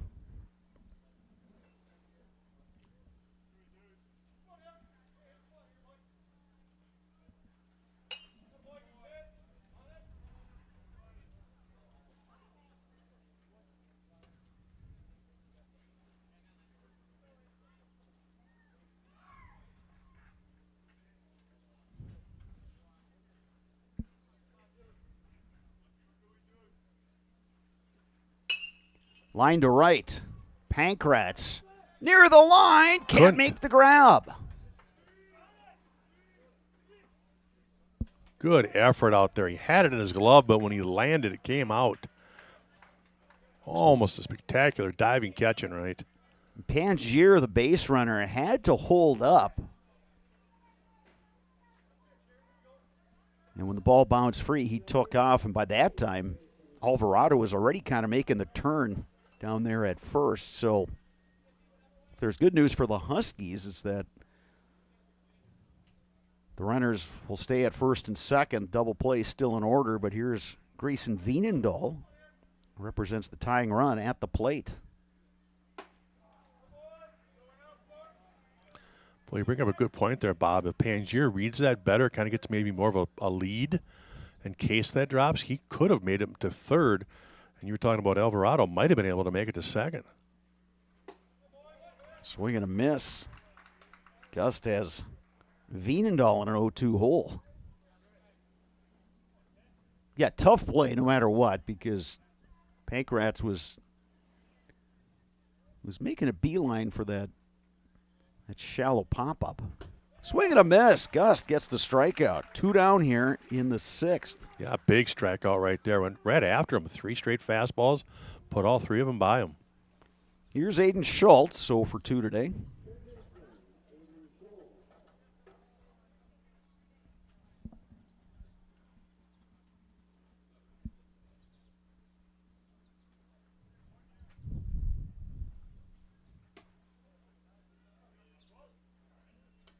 Gust coming up and in that time. Schultz did the old, did that hit me? Kind of looking at his arm and Yeah, he's looking at his jersey like, did it clip my jersey or not?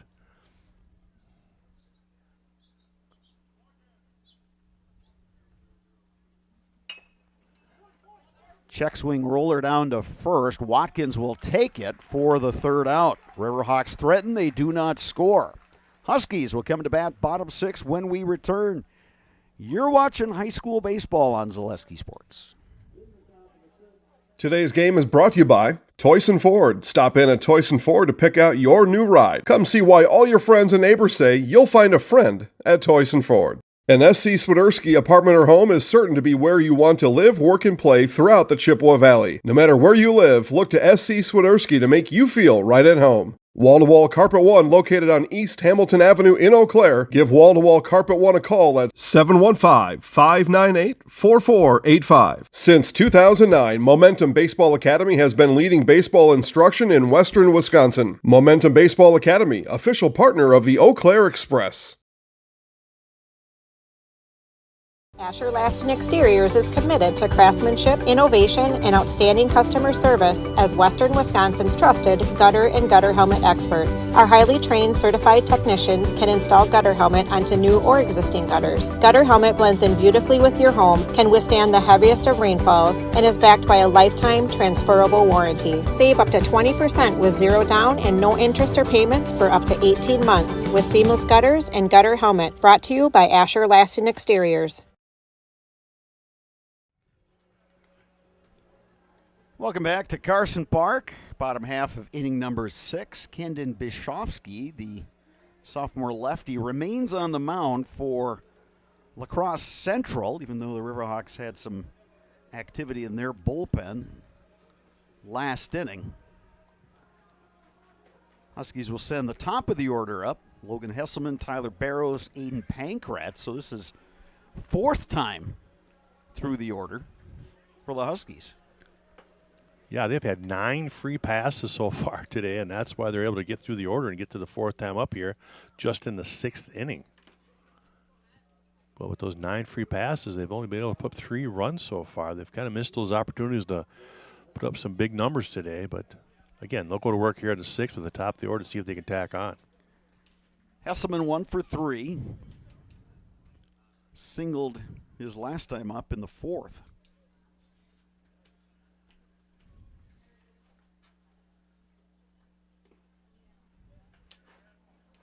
Interesting dynamic on the Huskies with Logan Hesselman playing and brother Carter Hesselman on the coaching staff.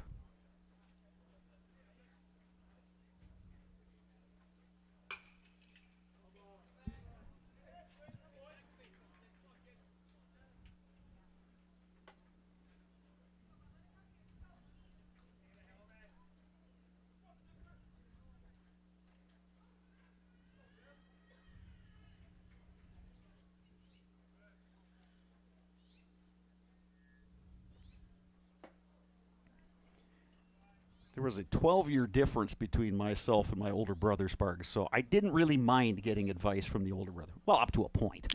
Yeah, sure. When I was a kid, yeah, I'd try to soak all that up. And once I got to high school, and especially beyond, by that time, I had everything figured out. So in my mind, I didn't need advice from everybody, which was completely incorrect. 3-1 the count to Hesselman.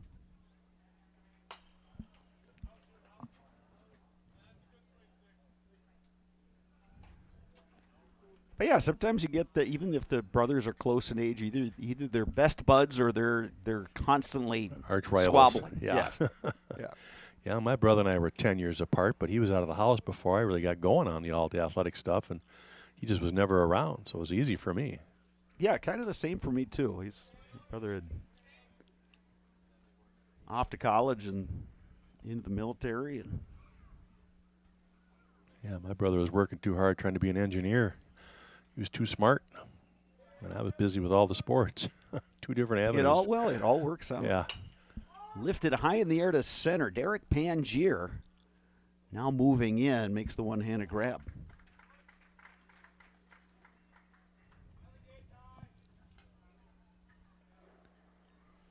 Here's Tyler Barrows. 0 for 2. He walked, stole a base, and scored in the 1st inning.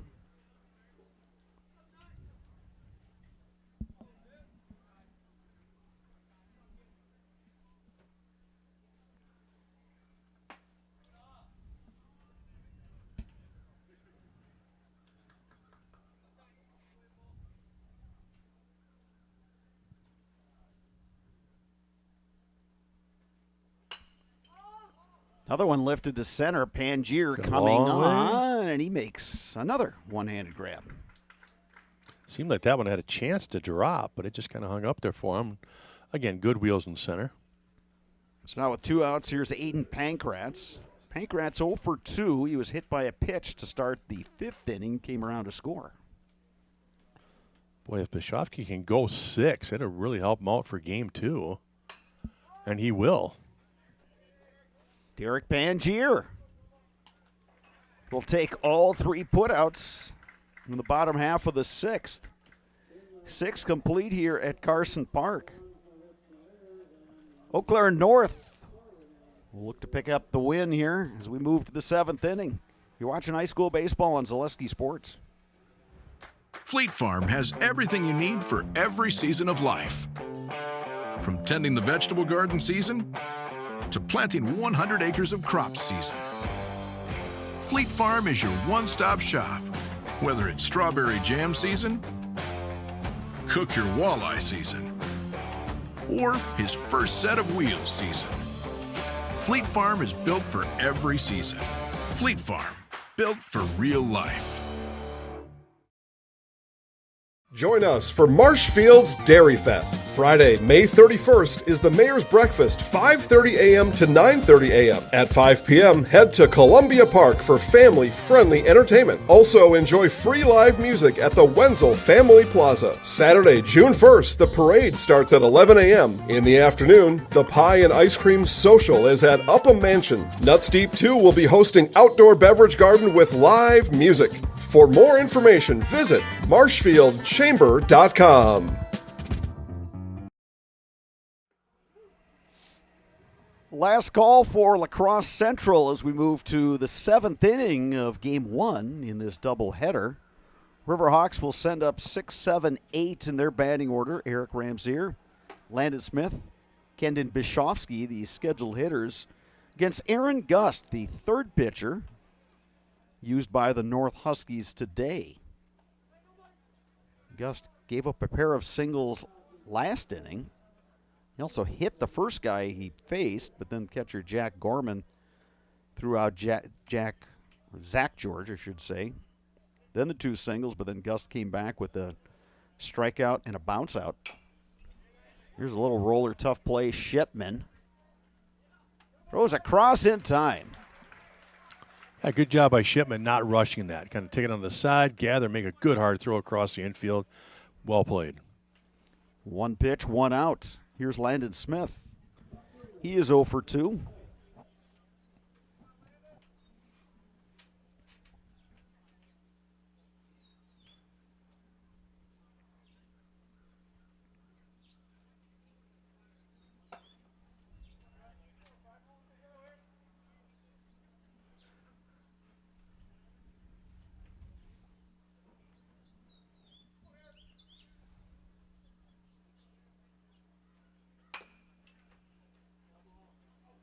A little bit of an olay by the Riverhawks coach. Not getting heckled from his bench, though. Oh, no, yeah. If you're leading 3-0 and batting at the top of the 7th, yeah, I think then you let him have it. I was going to say, that's probably a smart move, yeah, when you're trailing 3-0.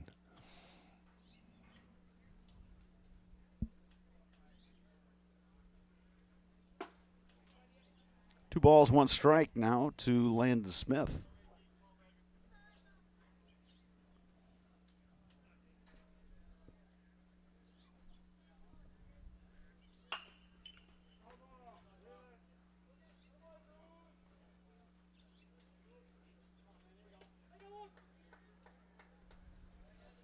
Caleb Bruzewitz getting his running in after he got done pitching. He keeps chasing after these foul balls. Yeah, exactly. A little post-game or pre-game run there. Nice job.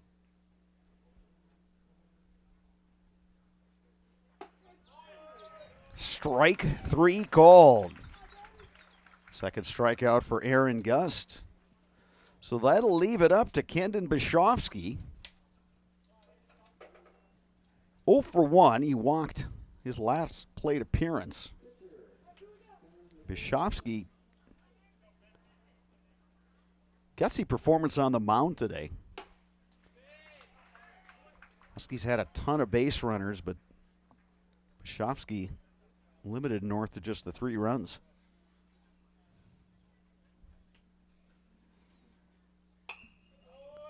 And now the Riverhawks down to their final strike.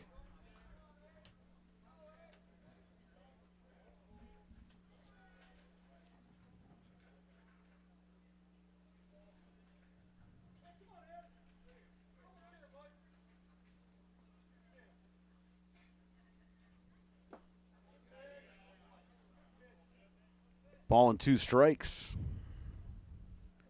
Bishovsky able to lay off that Pitch low in the zone. Strike 3 called. Aaron Gust ends it with a pair of strikeouts. And the Huskies win it by a score of 3-0. 3 runs on 4 hits, 1 error for the Huskies.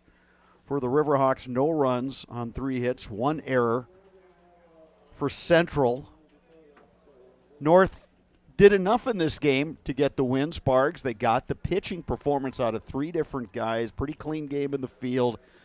Offense is still kind of a work in progress, although at the very least they had base runners. They did. They had the guys on. They were kind of putting that pressure on. They just couldn't come up again. They just didn't have that big knock to score, 2-3 runs in an inning. But a lot of help from, Riverhawks probably putting people on with 9 free passes in that first game. But again, how does North win? Pitching and defense. Only the 1 error, and the pitchers did outstanding. I think they only had given up 1 walk on the day. So, again, it was a pitching staff today in that first game. 3 different pitchers, all threw strikes, did a great job. And, again, that's how the North Huskies learn how to win is 3-0, pitching and defense. North Huskies improved to 12-7 on the season. The La Crosse Central Riverhawks dropped to 6-15. We'll take a break here between games on Zaleski Sports. We'll have Game 2 coming up for you in just a bit. You are watching high school baseball on Zaleski Sports. Hip impingement and hip labral tears are common causes of hip and groin pain and are often the result of repetitive use from crouching sports or trauma. Today, we are visiting Eau Claire, Wisconsin.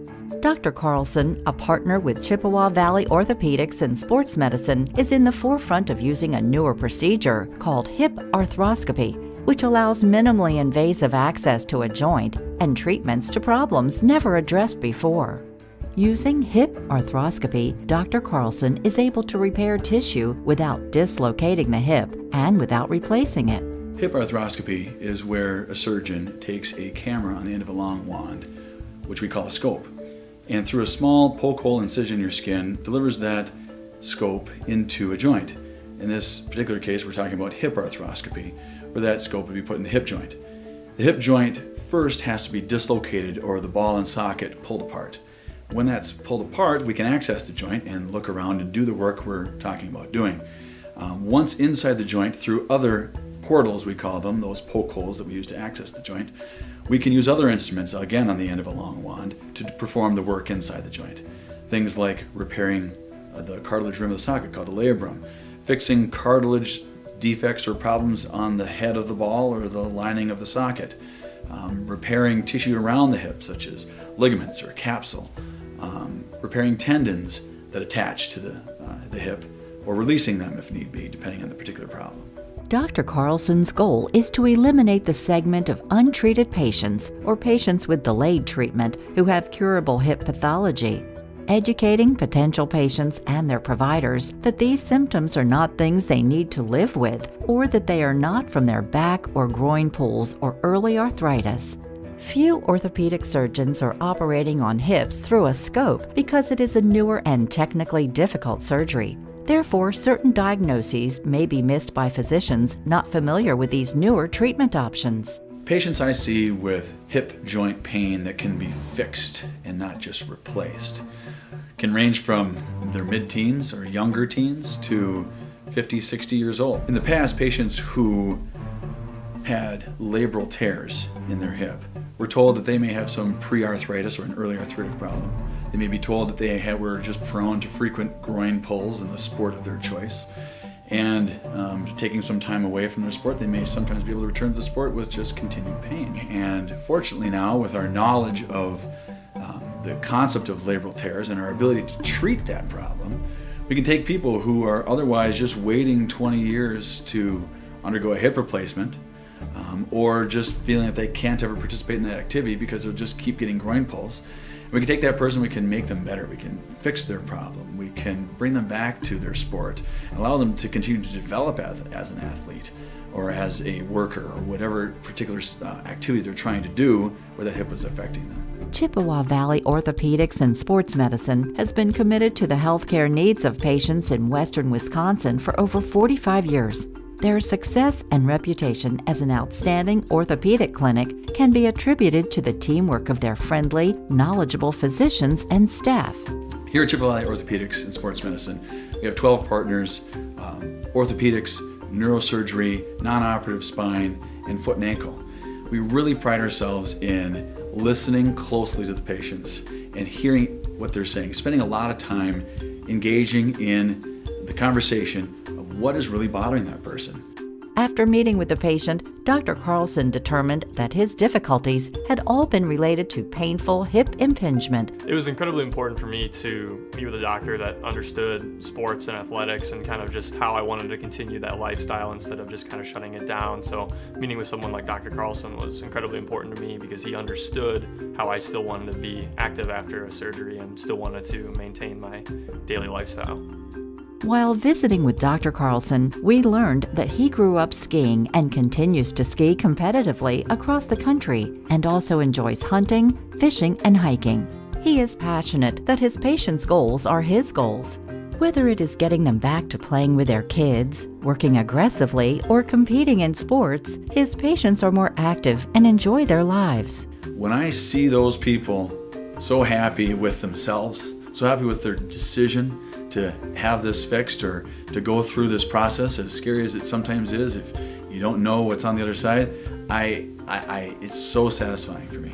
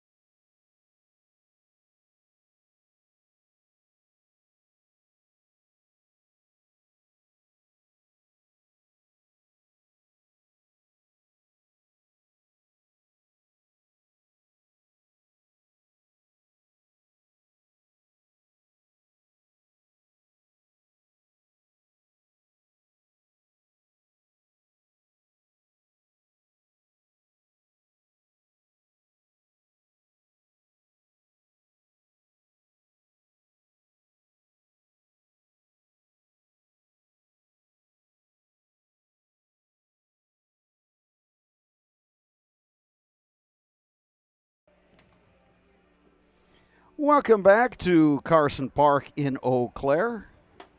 Getting set for Game 2 of this doubleheader between the Eau Claire North Huskies and La Crosse Central Riverhawks. Huskies won the opener by a score of 3-0. Bob Radovich, Dave Sparger with you. Today's pregame show brought to you by Asher Exteriors. Call Asher's for your free no-obligation estimate at 888-GO-ASHER or GoAsher.com. That is GoAsher.com. Get off the ladder, get gutter helmet with Asher Lasting Exteriors. Trust the experts on your most valuable asset, your home. Give them a call today at 888-GO-ASHER.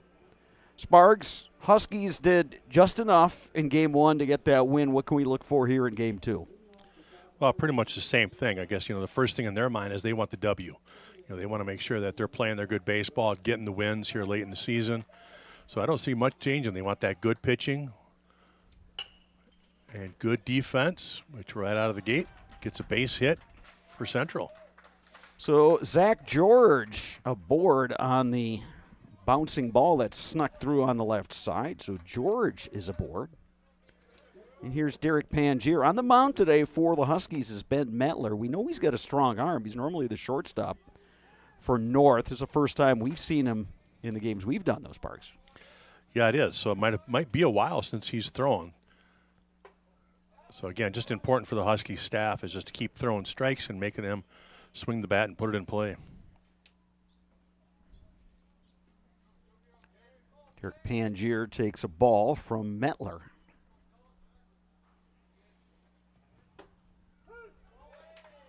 Couple changes in the North defensive lineup. Tommy Perkins now behind the plate. Aaron Gust is playing shortstop. Williams at first base.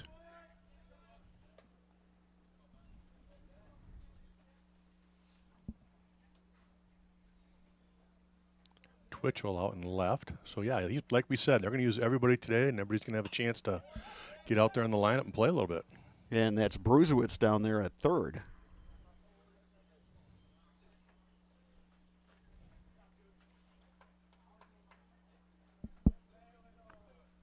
Ball and 2 strikes to Derek Pangier.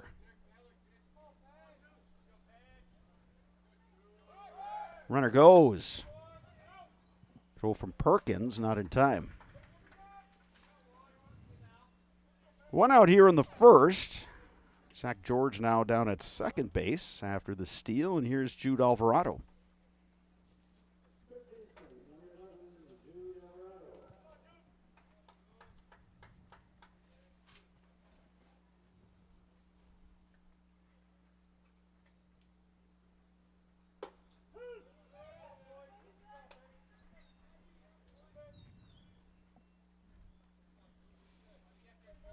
Yeah, I don't think the Huskies have anybody position-wise that played in the same spot they did Game 1.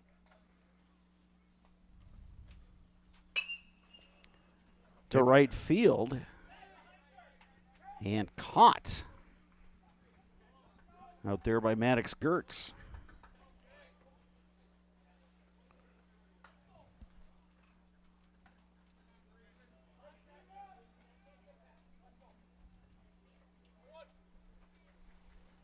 Well, I guess Logan Hesselman's still at second base, and that's it. Everybody else is new in the positions for second game. Well, they had McCracken out there at second base. Oh, you're right. Hesselman's the normal We're used to him baseman, being there. Yeah, you're right. So it's a new lineup, this whole group here. Grayson Veenendahl, a chance to bring a run home.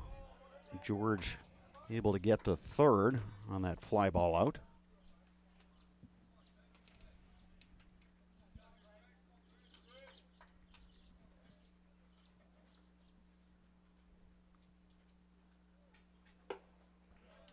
Fastball from Metler.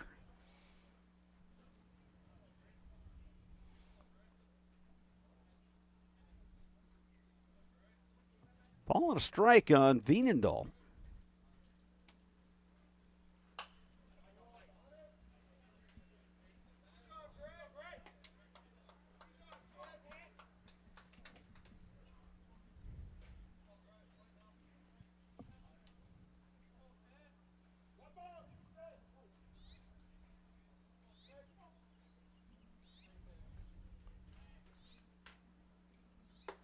Breaking ball, strike 3 called.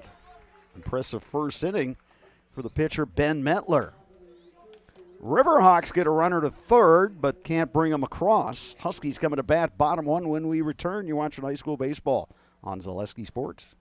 Asher Laston Exteriors is committed to craftsmanship, innovation, and outstanding customer service as Western Wisconsin's trusted gutter and gutter helmet experts. Our highly trained certified technicians can install gutter helmet onto new or existing gutters. Gutter helmet blends in beautifully with your home, can withstand the heaviest of rainfalls, and is backed by a lifetime transferable warranty. Save up to 20% with zero down and no interest or payments for up to 18 months with seamless gutters and gutter helmet. Brought to you by Asher Laston Exteriors. Fleet Farm has everything you need for every season of life. From tending the vegetable garden season to planting 100 acres of crops season. Fleet Farm is your one-stop shop.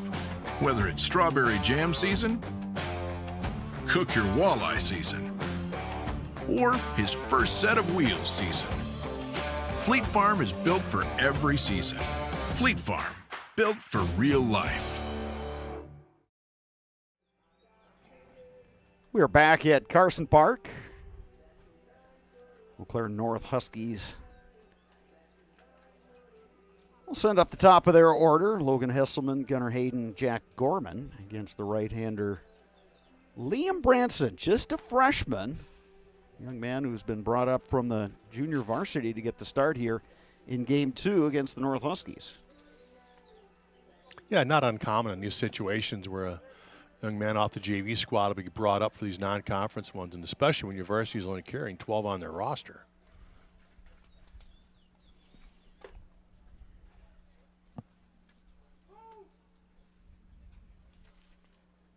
Grayson Veenendahl will catch for the Riverhawks here in Game 2. Eric Ramsier is over at first. Zach George, the second baseman. Jude Alvarado playing at third. Aiden Schultz is the shortstop. Outfield left to right.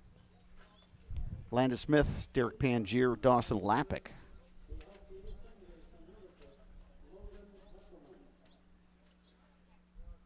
Hasselman to lead it off for the Huskies.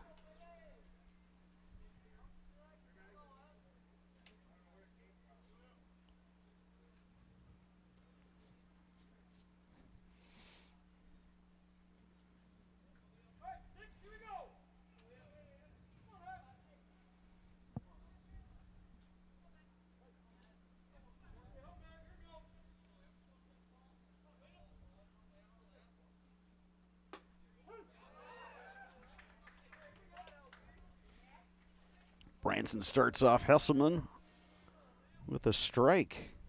Yeah, opened up with a slider on that first pitch.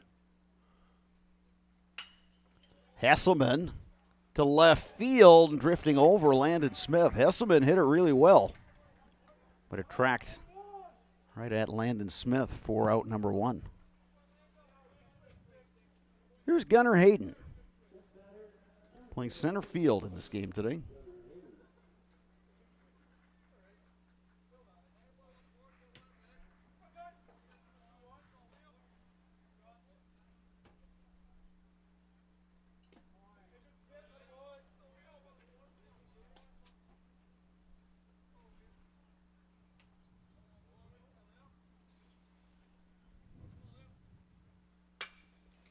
Driven in the air to left center. Going back is Smith. He's not going to get it. It gets all the way out to the fence. Gunnar Hayden is going to have a stand-up double. Good hit right there by Gunnar Hayden, driving that fastball. Like you said, left center gap. One hops the fence for a stand-up double.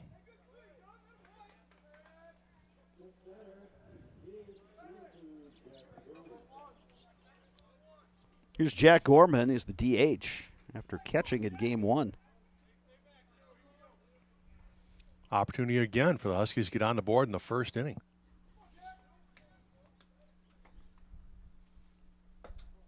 When I went downstairs between game sparks, I had a chance to chat with a couple of the North dads, and they were saying, boy, we struggle against guys that throw slow. Fastball pitchers, Huskies tend to hit better. Kind of confirming some of our observations. Yeah, we did talk about that Game 1 off the air. And Well, here in game 2, I'll tell you what, he is just a freshman, but Branson's got good velocity. He's got a decent fastball. Maybe that'll help the Huskies out. He's got Gorman in a 1-2 hole right here.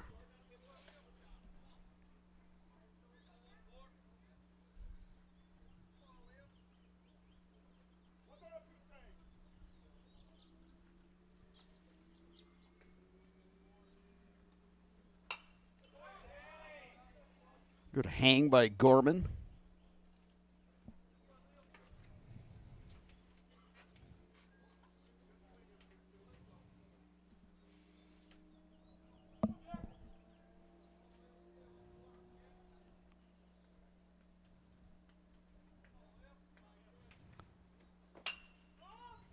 To right field, Dawson Lappick. Under it, makes the grab. Two outs here in the bottom of the first inning. Hayden remains at second base. Caleb Bruzewitz coming to bat.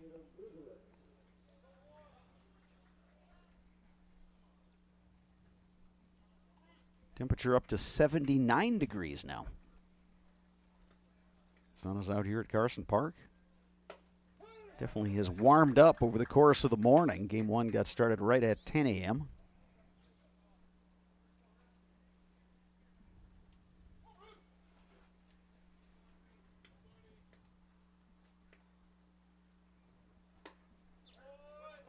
Breaking ball from Branson, missing inside. Ball and a strike. Yeah, today's temperature kind of gives you that feel more of a summertime baseball, not the spring high school season.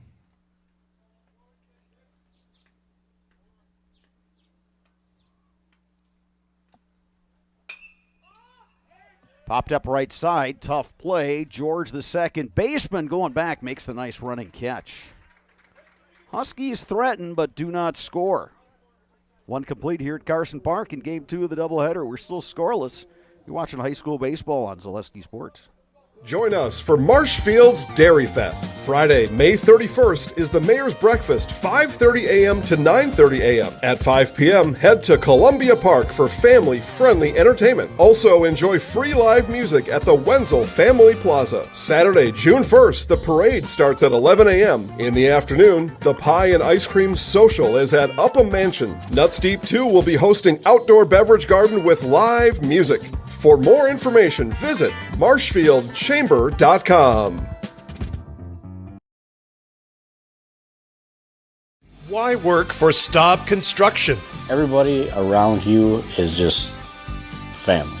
Everybody seems to bond together and get along good, and They, I believe, truly care about their employees. Staub has a great benefits package. Staub is an employee-owned company that puts a large emphasis on work-life balance. And everybody wants to see everybody succeed. It's a good place to work. Join the team at Staub Construction. Apply now at staubco.com. Marshfield Dairy Fest is May 31st through June 2nd. Check out marshfieldchamber.com for all the details. See you in Marshfield for a fun-filled weekend. Ben Metler on the mound for his second inning of work for the North Huskies. He'll face 5, 6, 7 in the Lacrosse Central batting order. Aiden Schultz, Eric Ramsier, and Landon Smith, the scheduled hitters.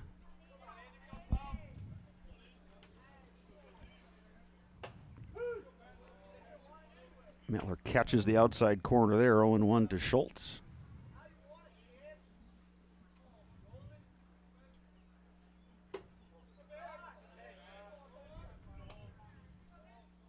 Just a bit up on that fastball.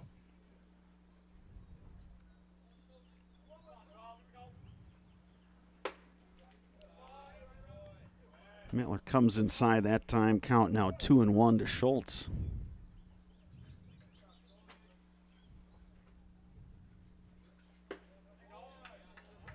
That one misses just a bit low. It's 3-1.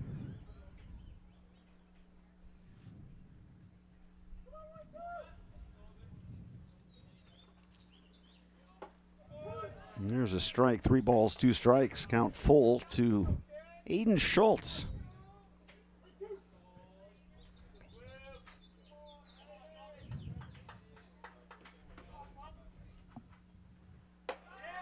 And it's Schultz working the walk.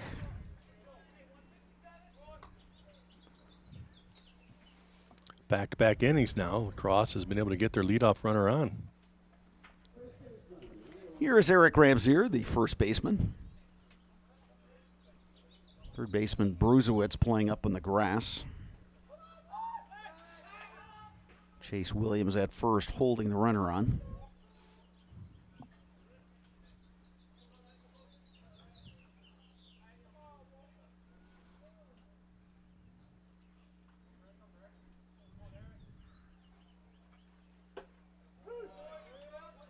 Check swing taken for a strike, 0-1.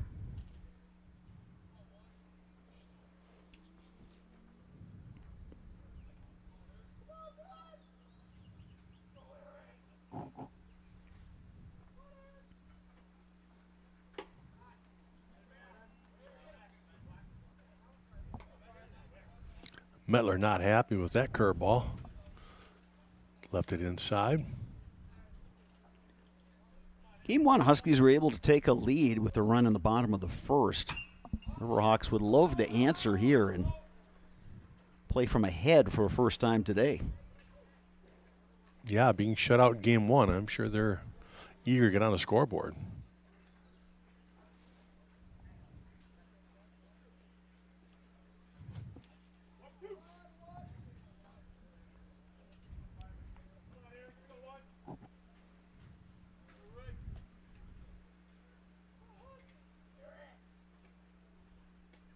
Yeah, and that one hit him.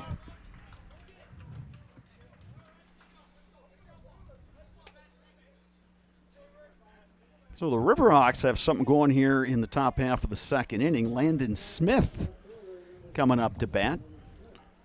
Yeah, it'll be interesting here now if he decides to have Landon Smith go ahead and bunt, try to get two guys in scoring position.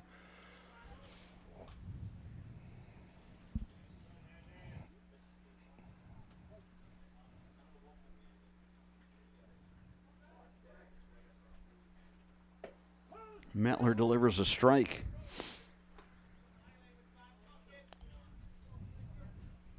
Looks like Coach Crosse is kind of taking that mentality of a non-conference game, letting guys just swing away.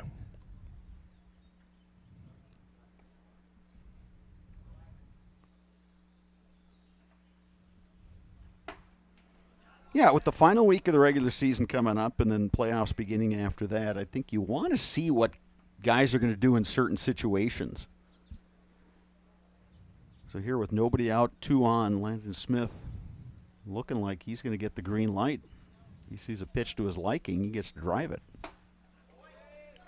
Took a good hack there, but a little bit behind that fastball from Mettler. Yeah, Mettler got that one up around the letters. That's tough to catch up to.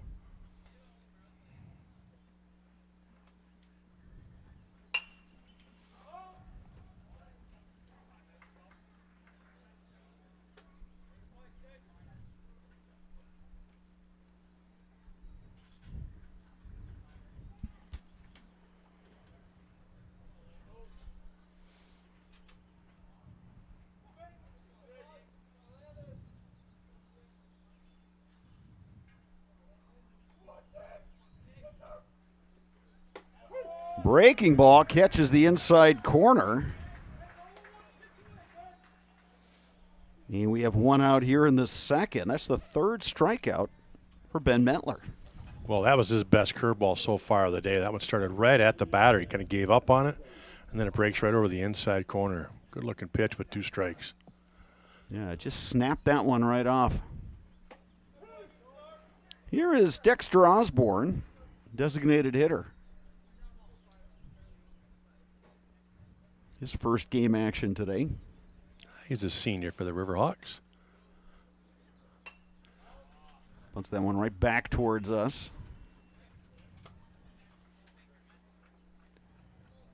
No balls, 2 strikes.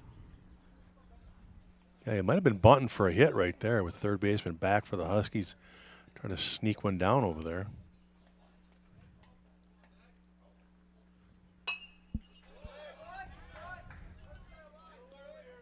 Osborne fighting that one off.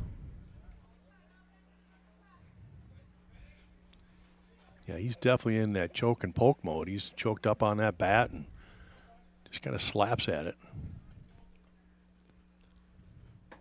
Strike 3 called. Back-to-back backwards Ks. Well, again, a good fastball that time, and right on the outside edge. And here's the number 9 hitter in the Riverhawks order. It's the pitcher, Liam Branson, the freshman. Trying to help his own cause here and get his team on the board and give them a lead. Miller delivers strike 1. After the walk and the hit by pitch, Mettler has been in a little better groove. Oh, how about Base the freshman? Hit to left. Twitchell knocks it down out there in left. They will hold the runner at third, Schultz. And Liam Branson delivers a base hit. Yeah, the freshman with a big hit there to help him out. Now he's got bases loaded. Back to the top of the order, and Zach George, who reached on a single to get game 2 started. Opportunity to bring some runs home for the Riverhawks, who got shut out in game 1. And he popped him up. Who's going to get it? Well, somebody's got to take charge. It's the catcher, Tommy Perkins, making the grab. Perkins, probably the last guy out of the 3 you want to take that, but he took charge and caught it. Great play. Riverhawks leave them loaded. We move to the bottom of the second. You're watching high school baseball on Zaleski Sports. You're tuned in to Better Halves. Mike, what are you looking for? Skip, I'm not getting older. I'm getting better. I still got big plans for my life and my Medicare. I know exactly what you want from Medicare. Same as all the other guys. Me! Hey, Mike, I'm Sheila from Security, and I'm just like you. In fact, I'm from your neighborhood, and I've got a Medicare plan that treats you like you. Did it just get better in here?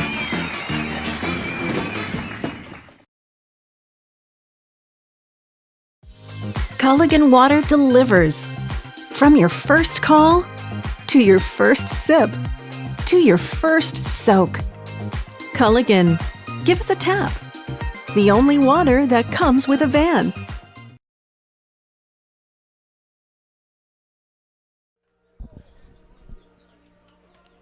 Herrick and Hart Law Office. They have been on the side of the injured since 1951. Find them at eauclairlaw.com. HS Fence has been serving Wisconsin's commercial and residential fencing needs for the last 18 years. HS Fence specializing in chain link, vinyl wood, and ornamental fencing. Liam Branson back on the mound for La Crosse Central. The North Huskies will send up 5, 6, 7 in their lineup. Chase Williams, Tommy Perkins, Aaron Gust. As we play in Game 2 of this doubleheader at Carson Park.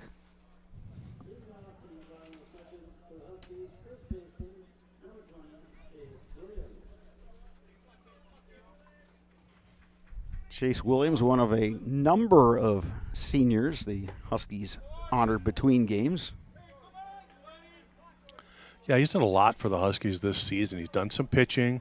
He's done a lot of DH roles. He's done a lot of pinch hitting. So been a valuable asset to the Huskies this year. Takes that one upstairs, 2-0. So he does live in the neighborhood where we live. I did verify that, and I was pretty sure about that. But I can remember him and his brother, they had a little, one of those little nets in the backyard, and they would throw into that thing and work on their throwing and their fielding. And lifts one high in the air that time. This is going to be a tough play. And it's going to drop. Single for Chase Williams. Yeah, absolute perfect spot. The old Bermuda Triangle out there between the center fielder, right fielder, and second baseman. And just nobody could get to it. Derek Pangier, the center fielder, got a late break on that one. And Zach George was heading out there. He wasn't going to catch up. And yeah, I think Chase Williams' swing was such a vicious-looking swing. He thought maybe it was going to come right to him. He didn't realize it was just a little pop-up. Here's Tommy Perkins. He takes a strike. Perkins, another one of those Eau Claire North seniors.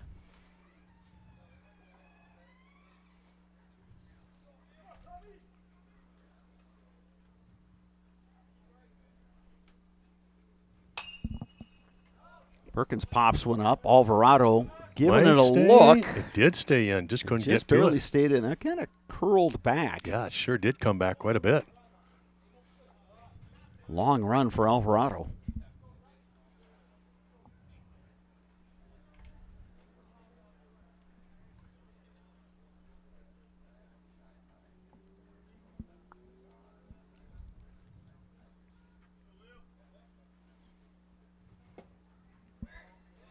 Perkins takes inside, ball and 2 strikes.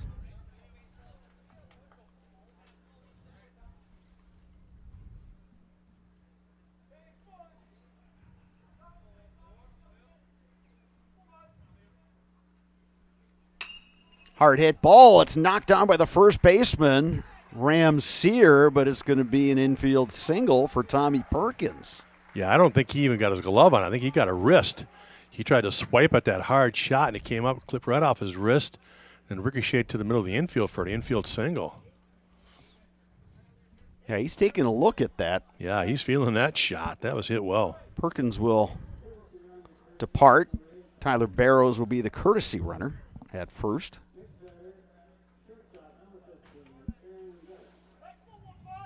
Here's Aaron Gust. 2 on, nobody out.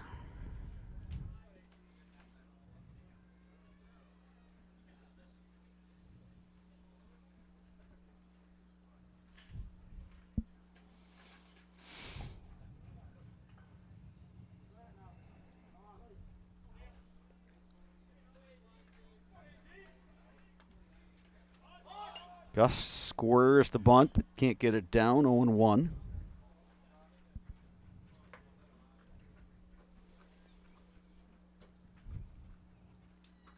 Coach Fish continues just to play Husky baseball. It doesn't matter if it's non-conference or what it is. He's just first and second, nobody out. The book says to bunt, so he's going to do it. First baseman Ramseer well in. Gust gets the bunt down. Fielded by the pitcher Branson, who's able to retire Gust at first, but Gust gets the job done, moves the runners over. Yeah, excellent bunt right there. Like you said, he moved him up, so now it's second and third, and just 1 out. So here is Logan Twitchell.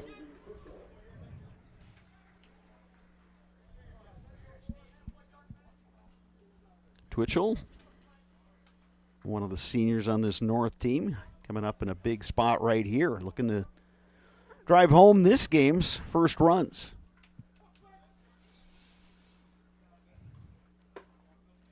Takes one just off the corner for ball 1. Yeah, corners are going to be up, so they'll probably check the runner at home. Middle infield's halfway, so they're probably just looking for the out at first.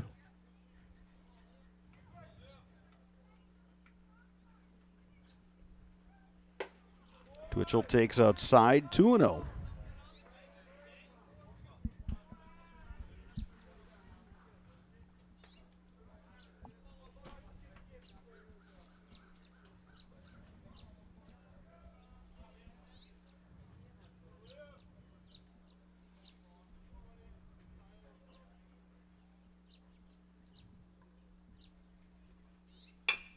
Twitchell bouncing ball to short. It takes a high hop. Williams will score. Here comes Barrows. Huskies have a 2-0 lead. Twitchell coming through with a bad hop single as that second hop just sprung over the top of that shortstop's head.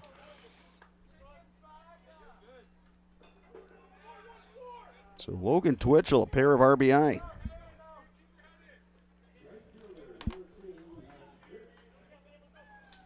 Here's Maddox Gertz. Tough luck right there for Liam Branson, the pitcher. He got looks like a routine ground ball to short. They'll get the out at first, and then it just took a nasty hop over the top. Hayden Schultz, the shortstop, did what he needed to do. He came in on that ball. It's just that last hop had so much topspin, it just bounced right over his glove. How much you can do.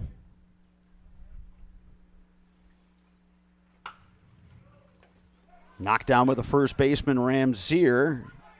He'll win the race to the bag. Yeah, good play right there. All you got to do at first base, right, is knock it down. He did that first, and then he won the race to the bag. And Gertz does run well, but Ramseer able to get over there for the out. Back to the top of the order now, and Logan Hesselman.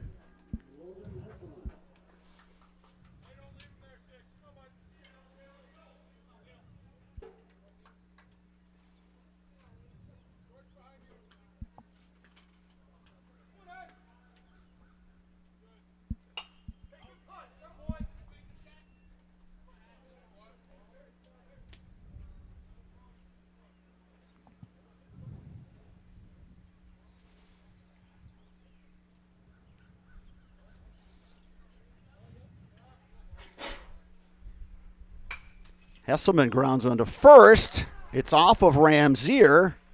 The flip just Stayed in with time. Nice job of the pitcher for the freshman to covering first. So Hesselman is retired, but the Huskies score a pair, and after 2 complete, it's Eau Claire North leading La Crosse Central 2-0. You're watching high school baseball on Zaleski Sports.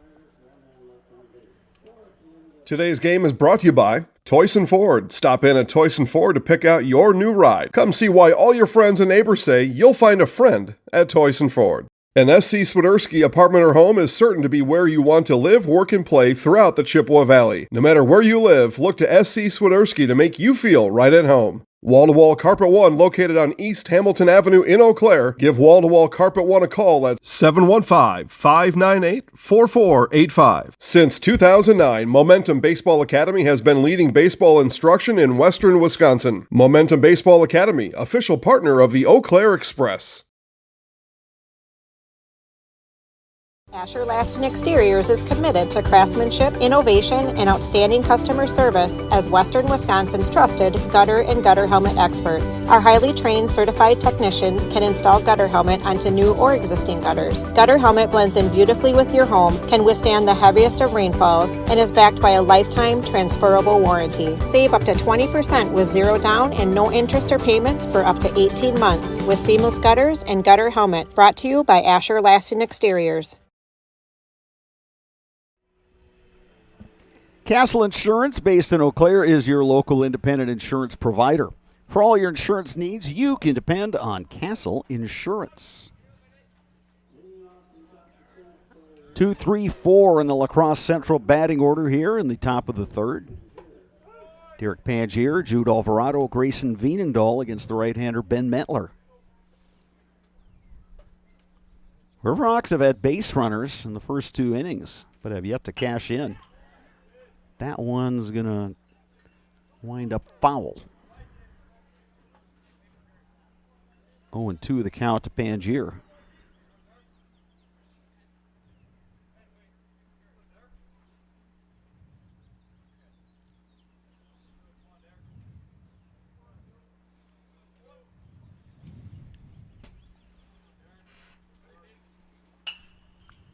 Lifted in the air right side.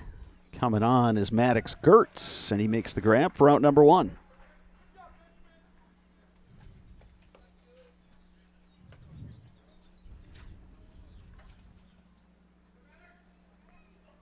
That'll bring up Jude Alvarado for 1 in this game.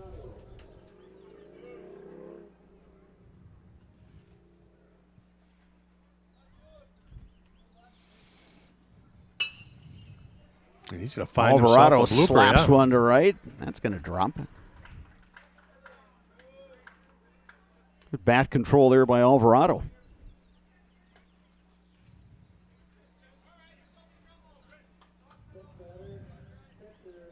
Here's Grayson Veenendahl, 0 for 1.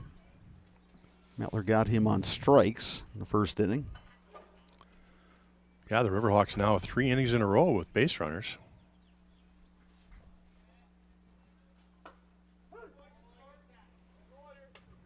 Veenendahl takes a strike from Metler.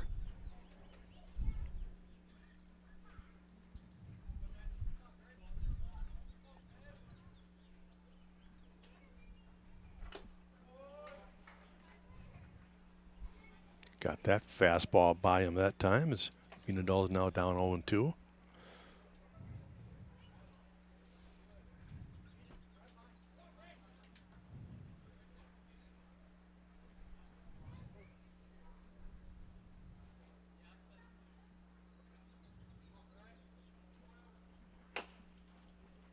Well, chopper to first. Oof. Just foul.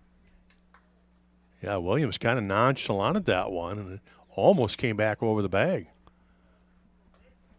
Yeah, it's one of those, he's kind of like, do I grab it and just go to the bag and get the out and let the runner advance, or do I let it go foul? He chose the latter.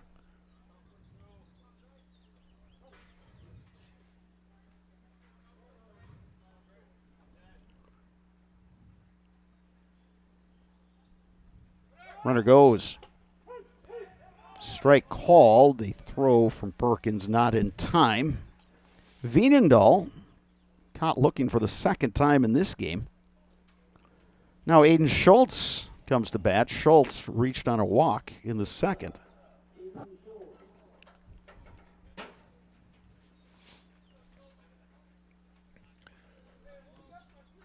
Well, Riverhawks another opportunity here with a base runner in scoring position. Runner on second, 2 outs. Need that big hit.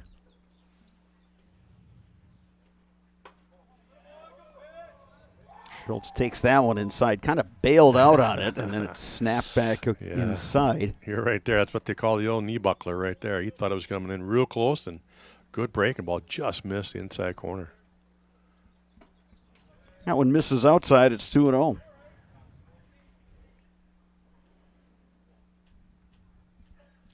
Husky outfield is playing shallow today. They're really taking away those opportunities for the Riverhawks to score on just a normal single out to the outfield.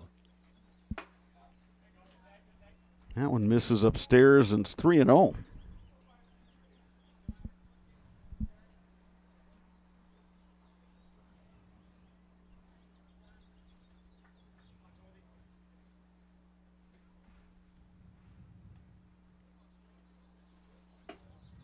Yeah, it's a 4-pitch walk. So the Riverhawks have runners at first and second. Eric Ramsier is the batter. He reached when he was hit by a pitch in the second. That was the inning where the Riverhawks loaded the bases but couldn't push a run across.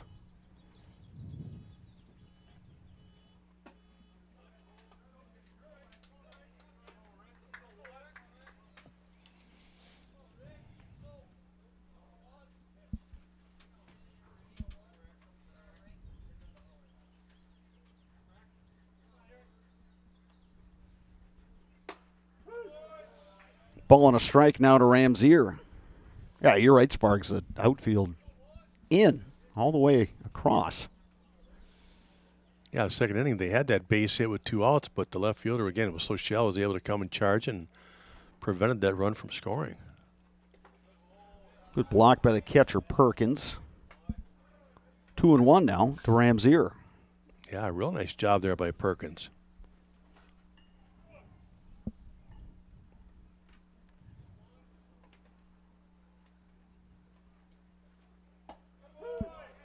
Two balls, 2 strikes, 2 outs, 2 on. Top of the third.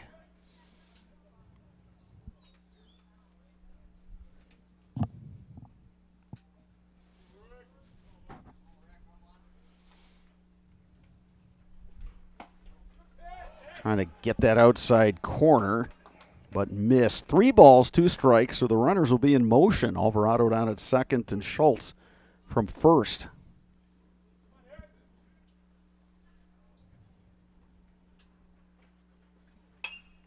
Popped up. That'll stay in. Ben Metler will take it himself for the outs. Riverhawks leave a pair of runners on. Huskies coming to bat, bottom 3, leading 2-0 when we return. You're watching high school baseball on Zaleski Sports.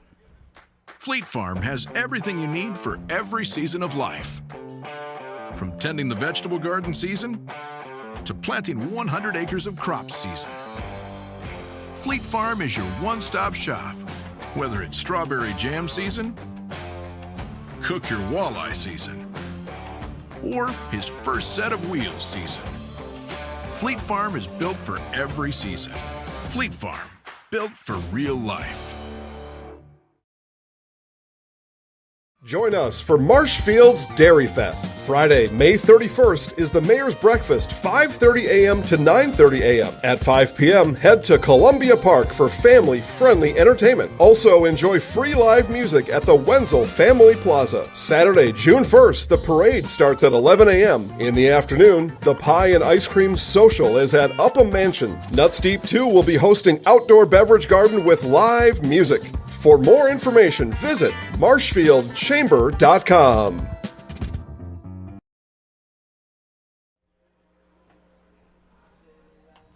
Olympic Flame Restaurant in Eau Claire since 1980. Uncle Lampro's brought homemade family recipes from Greece, and the tradition continues today at Olympic Flame Restaurant.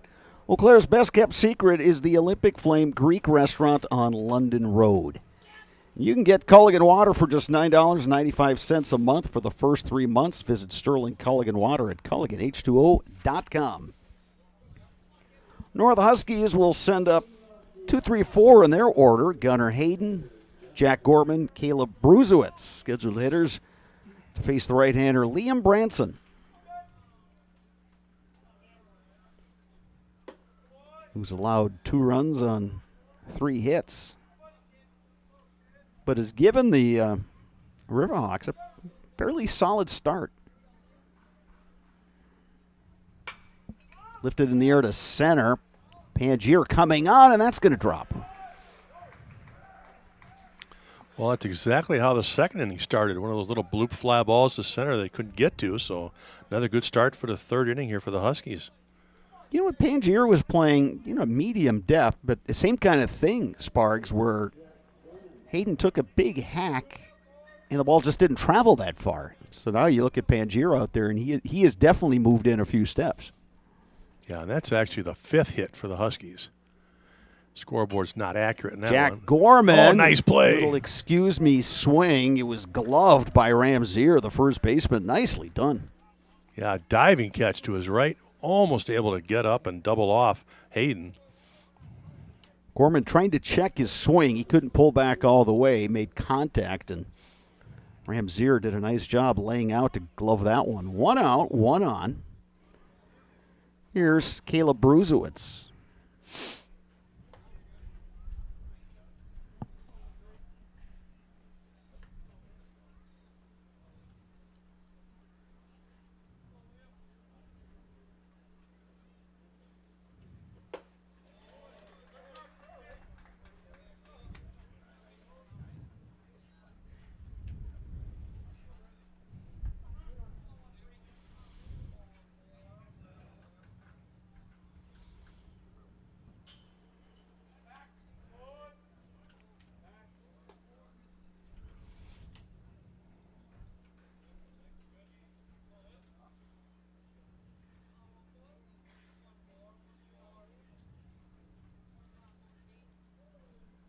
Baseman Alvarado creeping in. Runner goes. Throw down is a good one. Oh, and they right got on him. Wow, you couldn't put on a dime better than that one. Right on the bag, straight.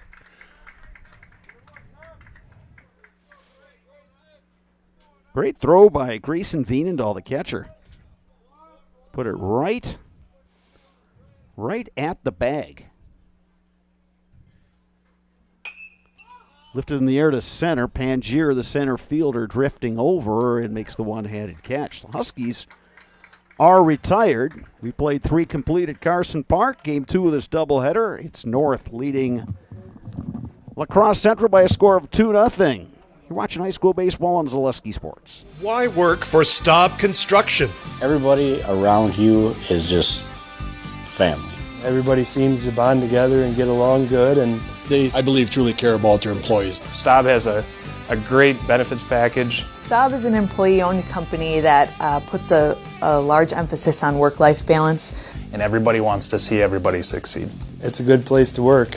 Join the team at Staub Construction. Apply now at staubco.com. You're tuned in to Better Halves. Mike, what are you looking for? Skip, I'm not getting older. I'm getting better. I still got big plans for my life and my Medicare. I know exactly what you want from Medicare. Same as all the other guys. Me!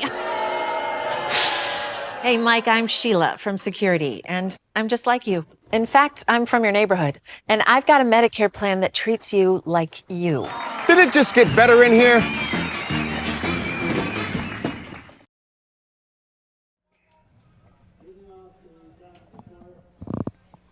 Top of inning number 4 here from Carson Park. 2-0. Eau Claire North leading La Crosse Central. Riverhawks of Central send up 7, 8, 9 in their batting order.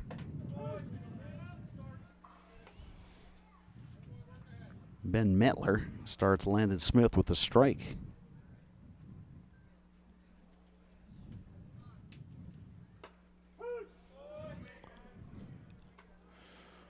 Metler with a tough fastball right there on the inside edge.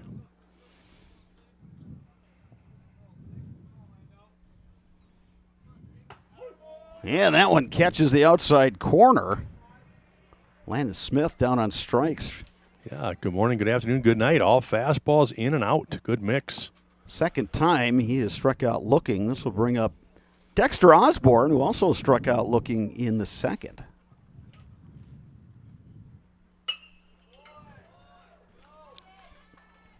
Nice throw across by Aaron Gust. Quickly 2 outs here in the 4th inning. Yeah, as a pitcher, you just love those one-pitch outs. First pitch of the at-bat, little ground ball to short, throw them out. Well, that saves on the pitch count.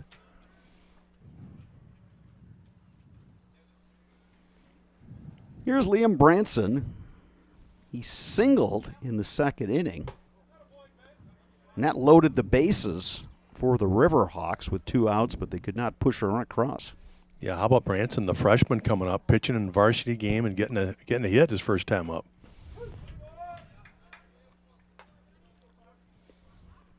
Ball and a strike now to Branson.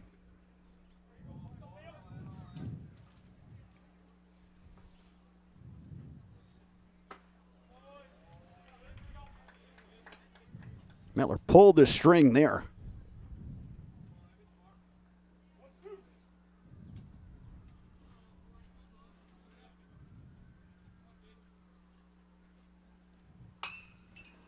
Roller down the line, it just goes foul.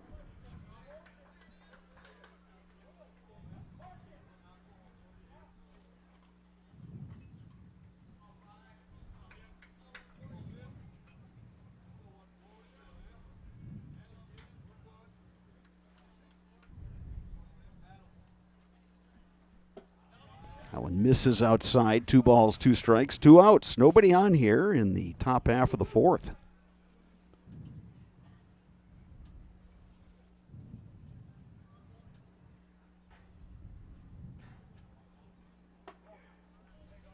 Count now full to Branson.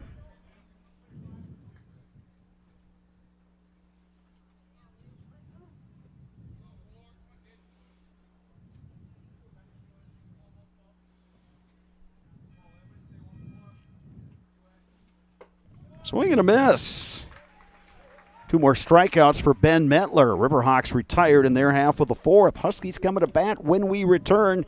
You're watching high school baseball on Zaleski Sports. Culligan Water delivers.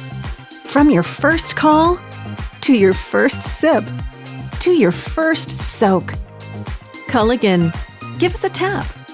The only water that comes with a van. Today's game is brought to you by Toyson Ford. Stop in at Toyson Ford to pick out your new ride. Come see why all your friends and neighbors say you'll find a friend at Toyson Ford. An SC Swiderski apartment or home is certain to be where you want to live, work, and play throughout the Chippewa Valley. No matter where you live, look to SC Swiderski to make you feel right at home. Wall-to-Wall Carpet One, located on East Hamilton Avenue in Eau Claire. Give Wall-to-Wall Carpet One a call at 715-598-4485. Since 2009, Momentum Baseball Academy has been leading baseball instruction in western Wisconsin. Momentum Baseball Academy, official partner of the Eau Claire Express.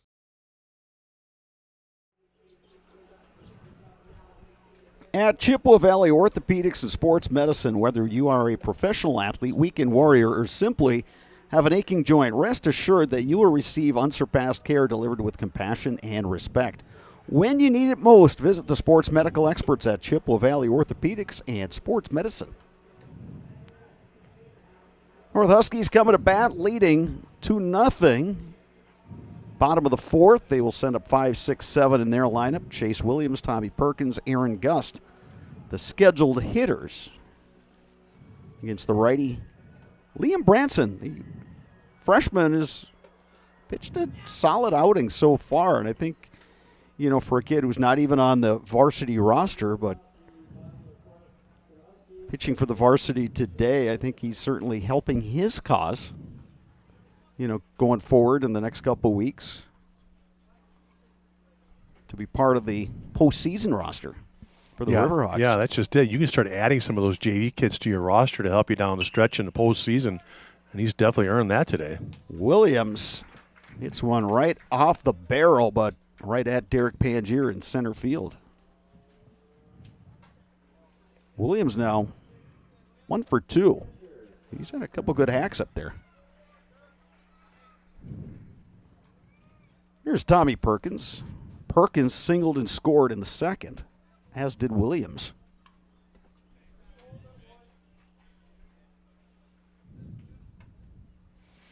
Yeah, Perkins had that hard shot to the first baseman that went off his wrist, but it was a bullet. So that was scored an infield single.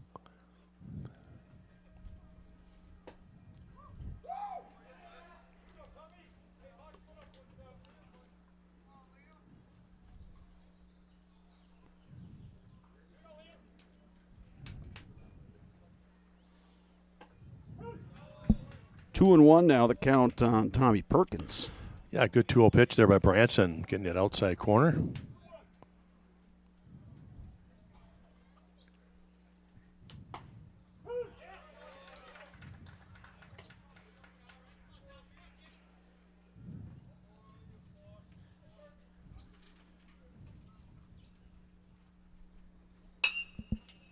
Sky to center field. Pangier drifting back.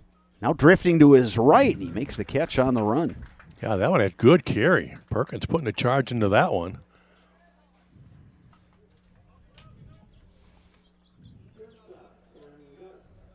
Here's Aaron Gust. Gust put down a sacrifice bunt in the second.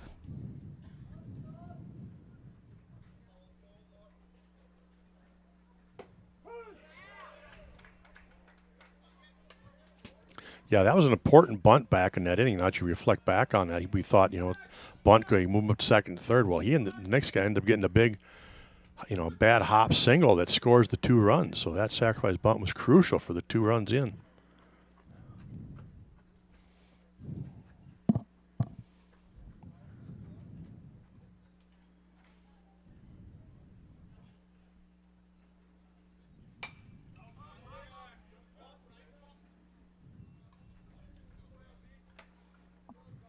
Nice curveball right there from Branson, so he runs that count to 1 and 2.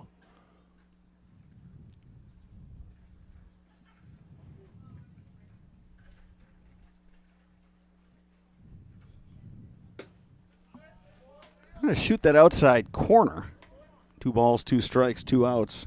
Yeah, Branson, a freshman, but certainly looks the part there on the mound. He just looks like he's pretty composed and goes about his business. Yeah, you can tell he's done quite a bit of pitching, and he's young, but he's certainly been on the mound quite a bit. Line drive to left, and that's going to drop. Base hit, Aaron Gust. Yeah, Gust, nice job staying back on that curveball and taking it to left field.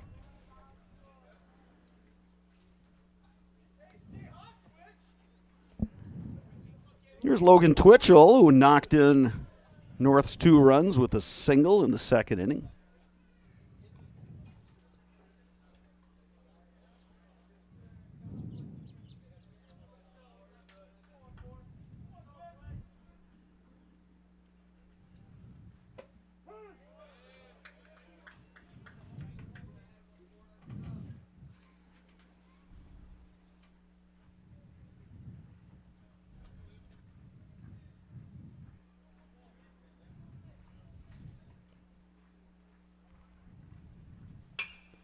Hard hit ball, but on the ground, Zach George, the scoop and the throw. The Huskies are retired here in the 4th inning. 4 complete at Carson Park. Your score, Eau Claire North 2, La Crosse Central. You're watching high school baseball. on Zaleski Sports. Asher Laston Exteriors is committed to craftsmanship, innovation, and outstanding customer service as Western Wisconsin's trusted gutter and gutter helmet experts. Our highly trained certified technicians can install gutter helmet onto new or existing gutters. Gutter helmet blends in beautifully with your home, can withstand the heaviest of rainfalls, and is backed by a lifetime transferable warranty. Save up to 20% with zero down and no interest or payments for up to 18 months with seamless gutters and gutter helmet. Brought to you by Asher Laston Exteriors. Fleet Farm has everything you need for every season of life. From tending the vegetable garden season to planting 100 acres of crops season. Fleet Farm is your one-stop shop. Whether it's strawberry jam season, cook your walleye season, or his first set of wheels season. Fleet Farm is built for every season. Fleet Farm, built for real life.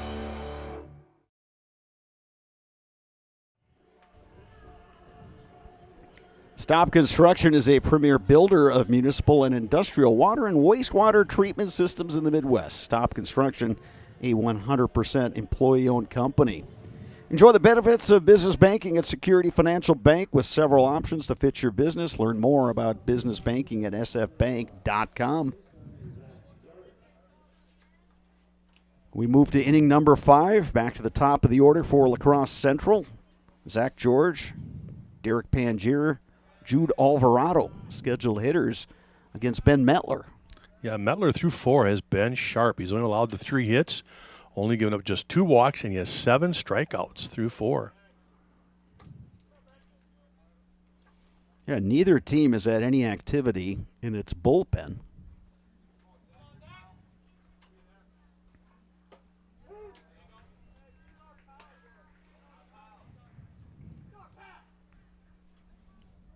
North used 3 pitchers in game 1.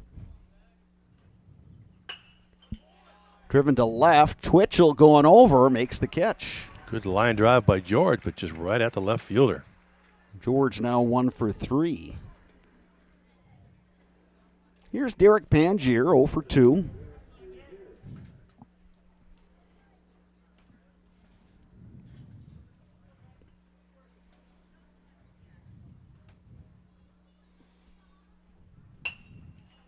Excuse me, swing, but it'll drop harmless. In foul territory. Really long run for Maddox Gertz. One of those excuse me swings. Yeah, fortunately for Pangier, it was where nobody could get to it.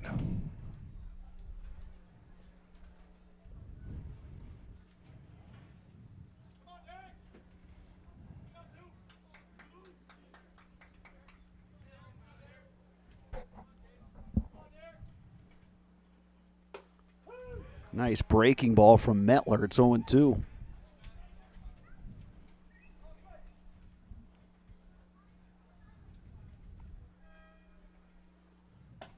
Strike 3 called. Another strikeout for Ben Metler. Outside corner, good job.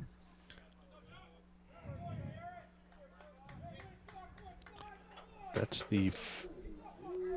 I've got him for 8 strikeouts. Yeah, now. and 6 of them looking. Yeah. That's kind of what I was checking. It's definitely the 8 Ks, but unfortunately for the Riverhawks, that's the 6th player now that's gone down striking out, just looking, not even swinging. Jude Alvarado takes a first pitch strike. Yeah, he singled to right his last time up. There's another curveball that breaks over. Metler just seems like he's got all of his pitchers that he's throwing for strikes. And there's another strikeout for Ben Metler. Riverhawks go down in order in their half of the 5th. Huskies coming to bat, bottom 5 when we return. You're watching high school baseball on Zaleski Sports.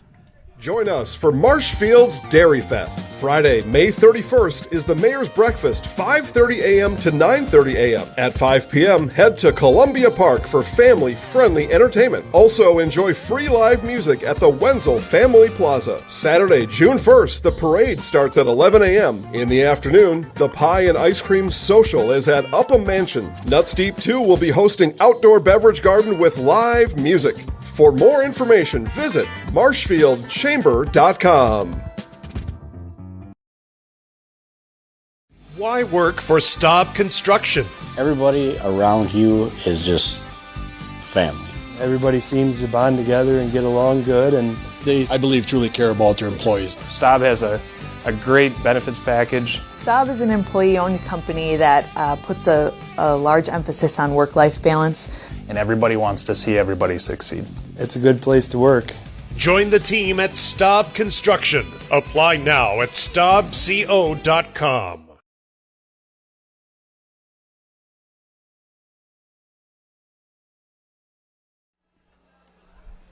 Bottom half of inning number 5. Eau Claire North Huskies will send up 9-1-2 in their batting order. Maddox Gertz, Logan Hesselman, Gunnar Hayden, the scheduled hitters to face the right-hander Liam Branson, who's thrown well for the Riverhawks, and much like Central did in the first game, just hanging around, just trying to keep it close. And yeah, and Branson's done that for his team. He's kept them close. It's only 2-0 as we head here to the bottom of the 5th. Maddox Gertz to lead off, and Gertz, you talk about a check swing. Gertz got himself out last time as he had one of those check swings and it just rolled to the first baseman.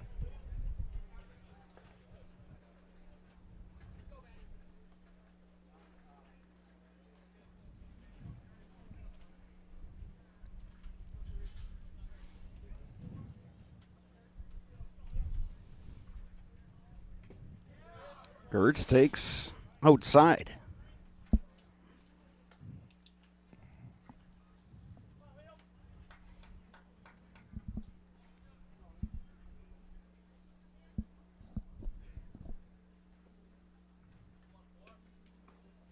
Just a bit outside. I was gonna see if you were gonna say something, and I was gonna make a Bob Uecker reference. There you go. Yeah, even Branson's kind of grinning at that one. Yeah, he's smiling about that one. That one just got away. Like, yep.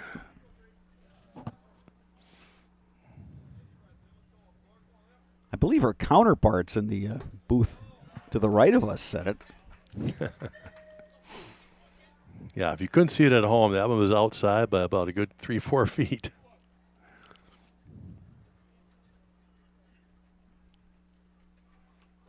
And Gertz hit by a pitch.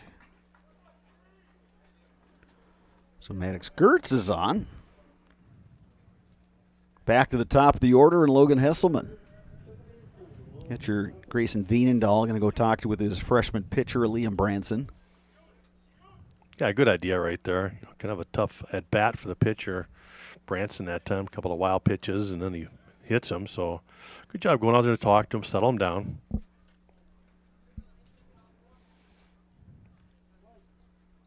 Well, third time around now for the Huskies here to see this freshman. See if they get in sync, start teeing off a little bit. Lifted in the air to center. Pangier, the center fielder, drifting over and makes the catch on the run. Boy, I do like Pangier out in center. He does a really nice job tracking things. He just looks very smooth getting to those. Hesselman now 0 for 3. He's made contact all 3 times. Here's Gunnar Hayden, who's 2 for 2. Doubled in the first, singled in the third.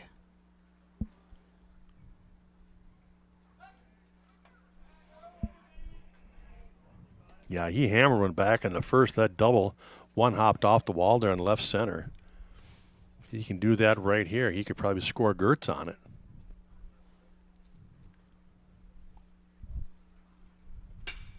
Line to center, base hit. Gertz takes the turn.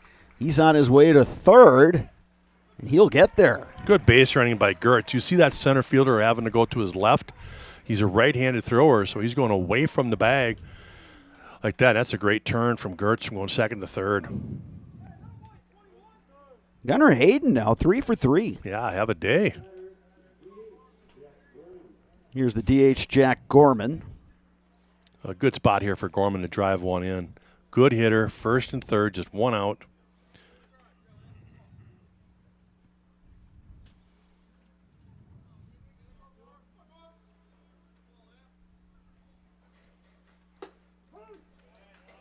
Gorman takes a strike.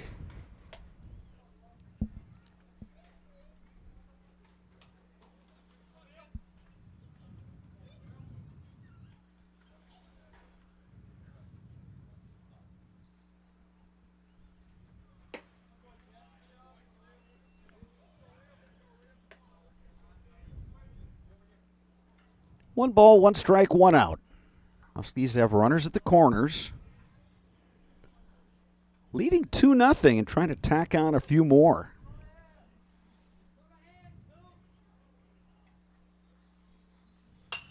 Gorman skies one in the air to center. Pangier is under it.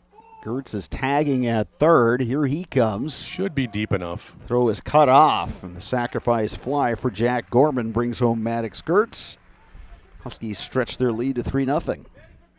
Yeah, good spot right there. That's Gorman in that situation, needing to drive in a run. He does a good job of making it happen. You can hear the North coaches congratulating Maddox Gertz on some great base running, and we would concur with that, going absolutely first to third on that base hit by Hayden.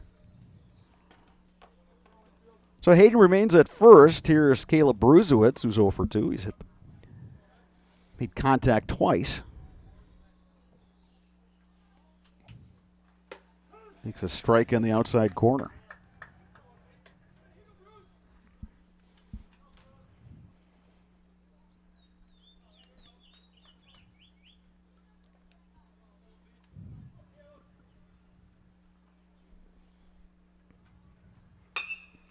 Grounder right at the second baseman, George. Flip to Schultz for the out. Huskies pick up another run, and after 5, they lead the Riverhawks 3-0. You're watching high school baseball on Zaleski Sports. You're tuned in to Better Halves. Mike, what are you looking for? Skip, I'm not getting older. I'm getting better. I still got big plans for my life and my Medicare. I know exactly what you want from Medicare. Same as all the other guys. Me! Hey, Mike, I'm Sheila from Security, and I'm just like you. In fact, I'm from your neighborhood, and I've got a Medicare plan that treats you like you. Did it just get better in here? Culligan Water delivers. From your first call, to your first sip, to your first soak. Culligan, give us a tap. The only water that comes with a van.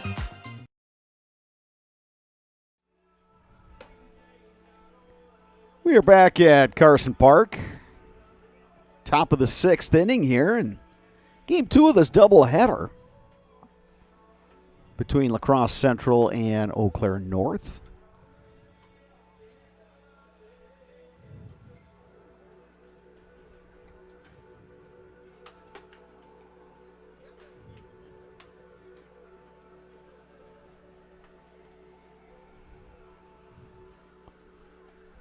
Ben Metler remains on the mound for the Huskies. And Sparks, he's been kind of a revelation today. Yeah, he's pitched very well. He's only given up the 3 hits. He's only got 2 walks and 9 strikeouts. Yeah, every time we've seen North this year, they've had Metler at shortstop. But obviously he's on the roster, listed as a infielder pitcher. They haven't needed him a ton this year on the mound, but certainly making a case to be one of the top pitchers next year. But his defense, I think, is I think that's the exactly important part of it, is that they want him. Yeah, it's hard to move your number one. Yeah, move your number one shortstop out of it if you don't have to. That just kind of changes everything up. You know, guys have to move around, play different positions. So you like to keep him anchored there if you can. But like you said, he's putting on a good performance, and he will have to be one of the key throwers next year for the Huskies. Grayson Veenendahl, the batter, he's gone down looking twice against Metler. He's ahead in the count here. Now 3-0. A couple of changes for the Huskies here, Bob. I think that's Caleb Moss now at first base. You are correct. A strike on the outside corner.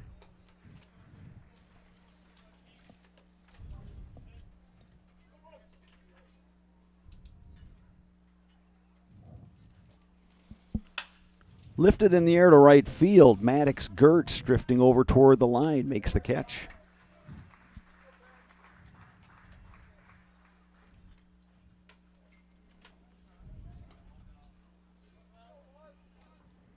Here's Aiden Schultz.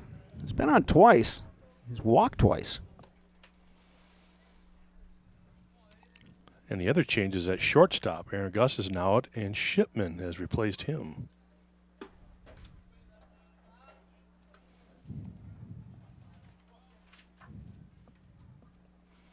Shipman, who we normally see at shortstop, or check that, at third when Mettler is the shortstop. Shipman just a sophomore.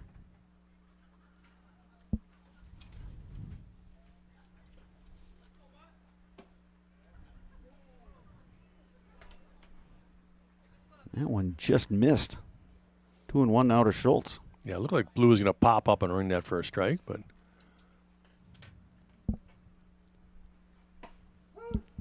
that one's a strike, 2-2.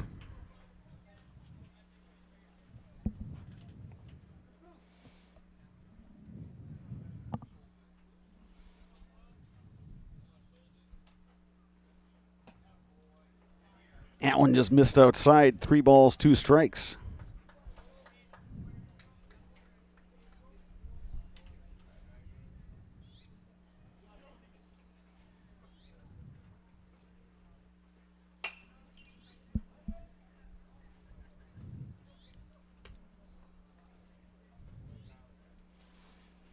Riverhawks have gone down in order in the 4th and the 5th, so Schultz is trying to change that series of events. And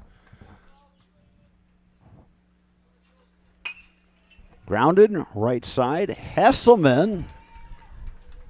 A correction, that's a defensive replacement out there. Aaron Gust moved to over there. Okay. That one took a tricky hop on him.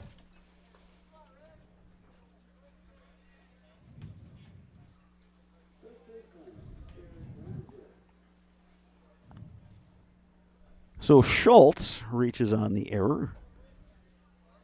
Here's Eric Ramsier, who's 0 for 1. He was hit by a pitch in the 2nd.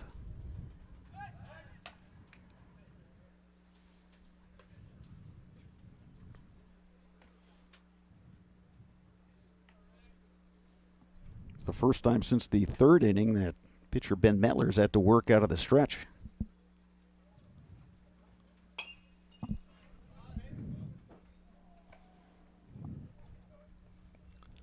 Huskies do have their bullpen going now. It's actually Chase Williams who started first base, but he was relieved here, I think, just to give him time down in the bullpen to come in if needed here late in the game. He threw 2 quick innings on Thursday night, so he's got plenty of arm left in him. That one misses upstairs. It's 1-1.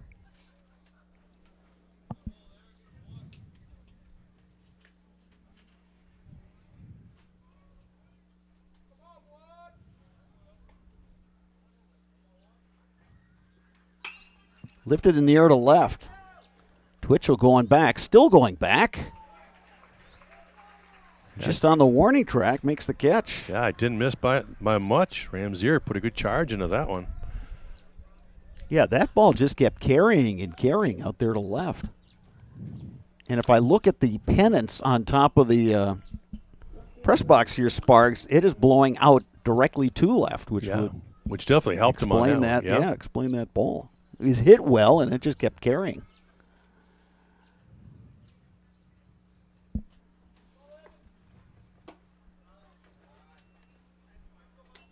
Here's Landon Smith, 0 for 2. He's gone down looking both times. Trying to keep this inning going here.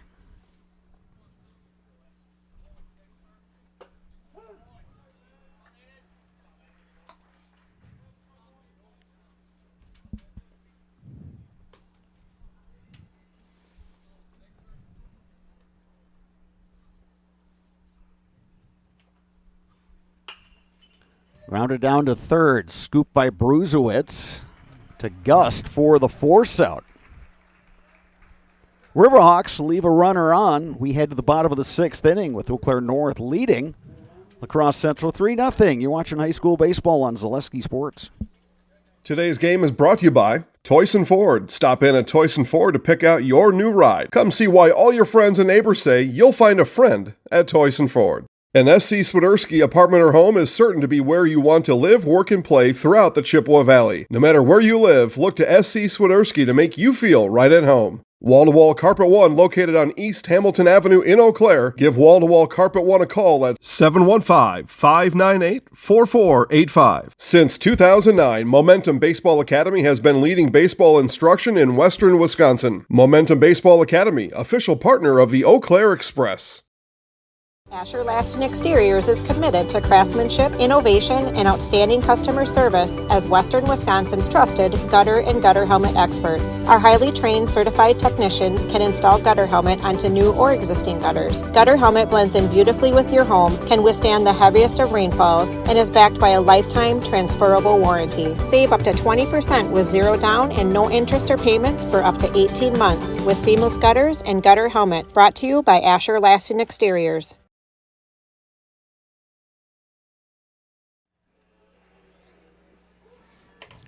5-6-7 coming to bat for Eau Claire North here. Bottom half of inning number 6, facing the right-hander Liam Branson. The freshman is giving the Riverhawks 5 quality innings.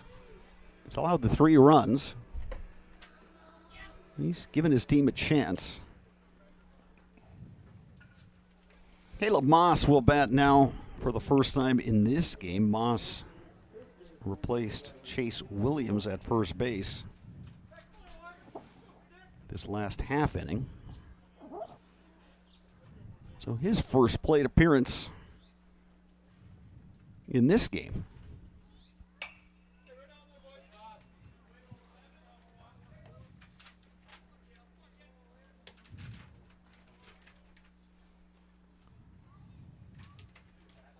Moss got the start on the mound in game 1, but was not part of the batting order.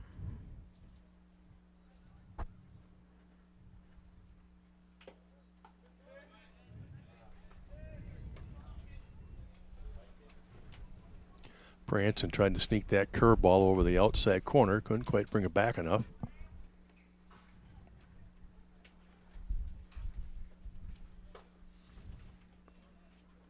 Two balls and a strike to Caleb Moss.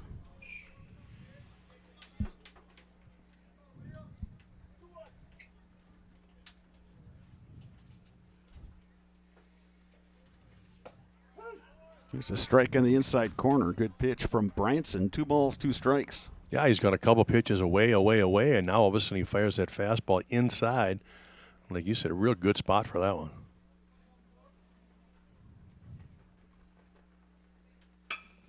Moss gloved by the shortstop, Schultz. Yeah, soft little liner. 1 out here in the 6th inning. Tommy Perkins will bat. He's 1 for 2. He singled and scored in the 2nd. Sun still shining here at Carson Park. We've gone from mostly cloudy to partly cloudy.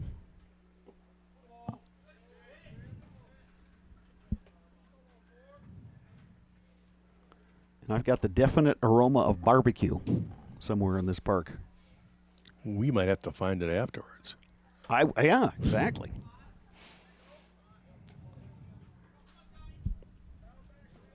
Husky's parents sprung for some mini subs, the old slice subs, for between-game nourishment. So I think the team and the coaches took care of that supply. Yeah, for some reason it didn't find its way up into the booth, did it? No, but PA announcer Dwayne Paschal certainly found the sandwiches. Oh, he's a veteran, though. Yeah, Paschal's a veteran. Tough play now for Schultz. He gets called off by the left fielder, Landon Smith. Yeah, great job by Smith calling off the shortstop. That's definitely his play. So good job by the Riverhawks defensively. And we mentioned the sun. It is definitely more of a factor now than it was when this doubleheader started at 10 a.m. Here's Aaron Gust. Gust put down a sack bunt in the second, singled in the fourth. Breaking ball just missed outside, 1-0 to Gust. Yeah, hard to tell where that one missed. Maybe up or maybe out, but it was right close to that one.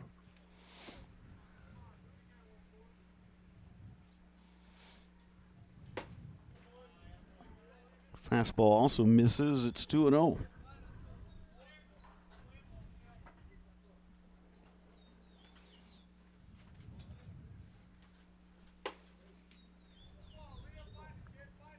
Three and 0 now to Gust.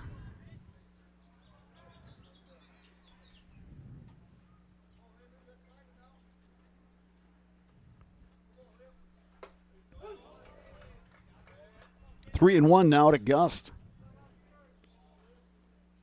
Tell you, Branson's only given up one free pass so far. That was the hit by pitch that Gertz suffered.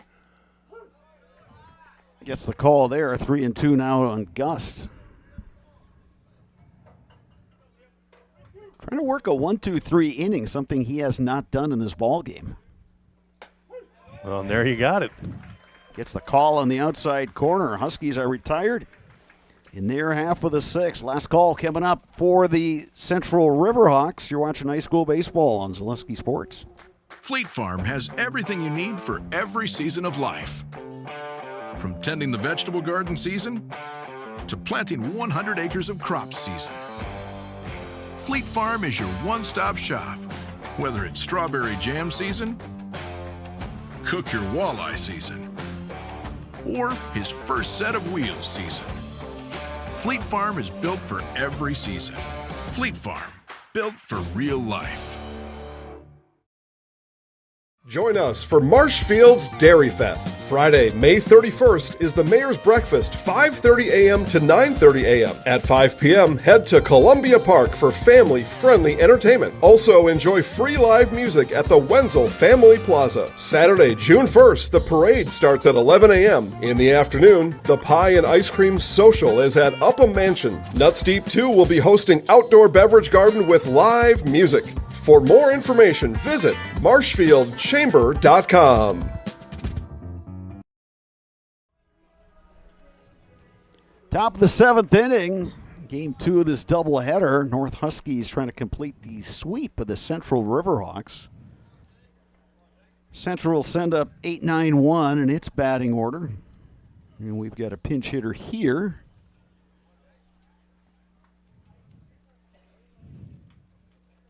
It's number 9, who is not listed in the order. Number 9 in the JV is Liam Branson, who wore 14 in this game as a starting pitcher. So we'll try to find out who this hitter is for the Riverhawks. Well, going back to Liam Branson, let's just real quick review what Liam Branson did, the freshman, assuming that he won't get out there for the 7th.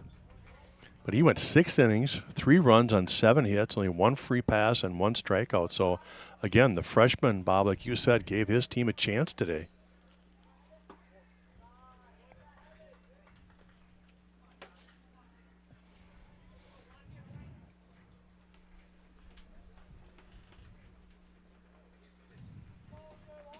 Ben Mettler remains on the mound for the Huskies, and he has pitched a gem so far. And it's a base hit. Base hit for Mr. No Name, number 9. Walking up there, knocking one out there.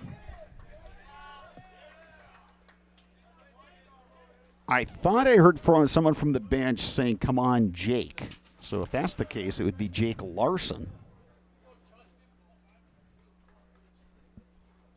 Yeah, there's no Jake on varsity, and he's the only Jake on JV. So let's go with that. Jake Larson with a good base knock to start the inning.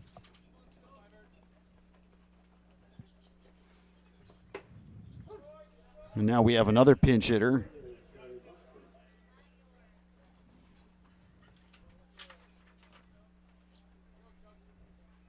Charlie Buxton now the batter. Buxton quickly in an 0-2 hole.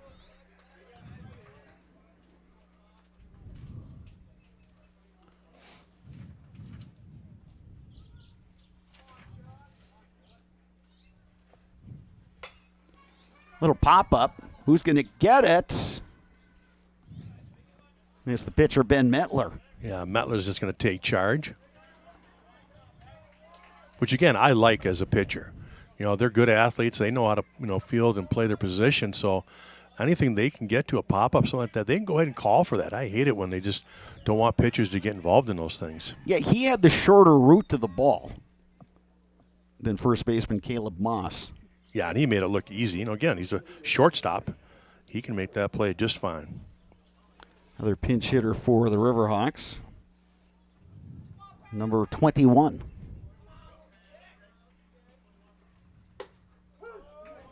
There's a strike on the outside corner, 0-2.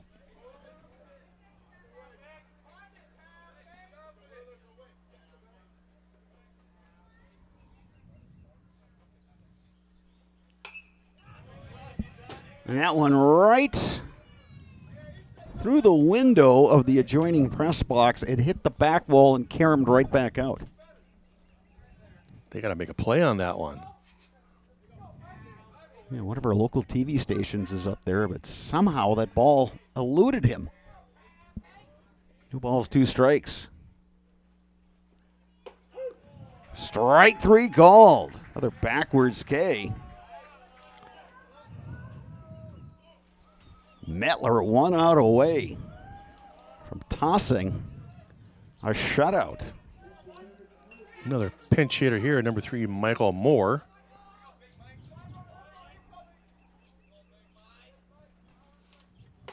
Moore takes one on the outside corner.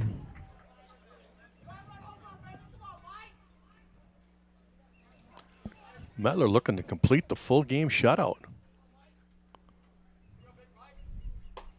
And he's 1 strike away.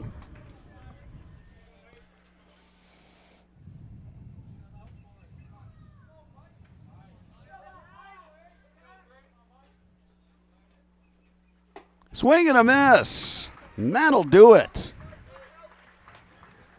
North Huskies complete the sweep of the La Crosse Central Riverhawks today at Carson Park. Yeah, Mettler goes all 7, striking out 11, only walking 2, just giving up the 4 hits. So the Huskies go back-to-back shutouts today. Great job by their pitching staff. With the win, the North Huskies improved to 13-7.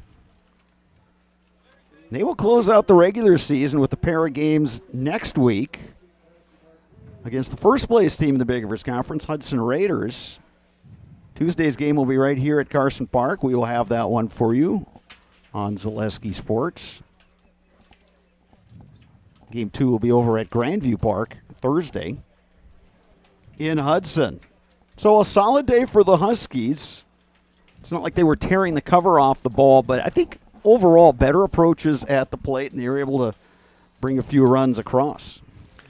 Yeah, again, it just goes back to this is their blueprint. They're going to try to get a couple of runs and then just win with their good pitching and good defense. And they did it both games, 3-0, 3-0. So Huskies pick up a sweep here against the Riverhawks. So coming up next, the postgame show brought to you by Chippewa Valley Orthopedics and Sports Medicine. Rely on the experience of our sports medicine team when you experience any sports-related injury or issue.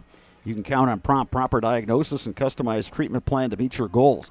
There are orthopedic surgeons and our athletic trainers serve your athlete in Eau Claire, Chippewa Falls, and western Wisconsin. That is coming up next.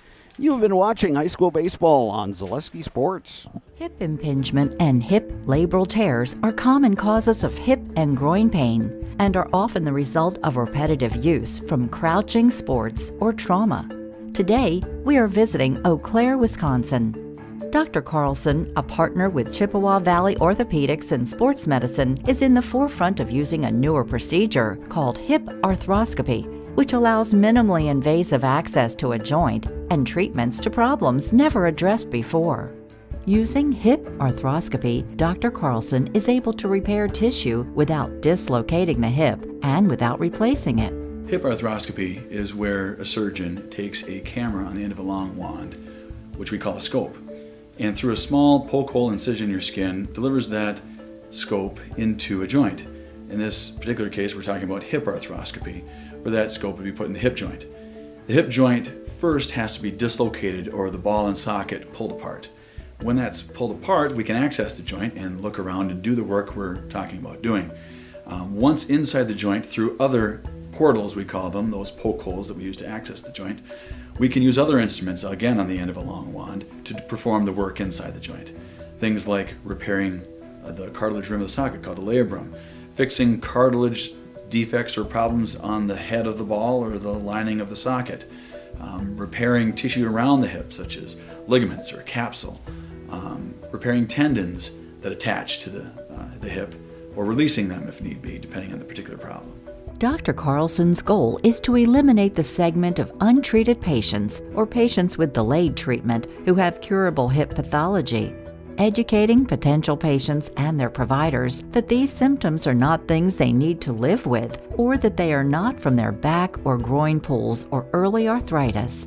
Few orthopedic surgeons are operating on hips through a scope because it is a newer and technically difficult surgery. Therefore, certain diagnoses may be missed by physicians not familiar with these newer treatment options. Patients I see with hip joint pain that can be fixed and not just replaced can range from their mid-teens or younger teens to 50, 60 years old. In the past, patients who had labral tears in their hip were told that they may have some pre-arthritis or an early arthritic problem.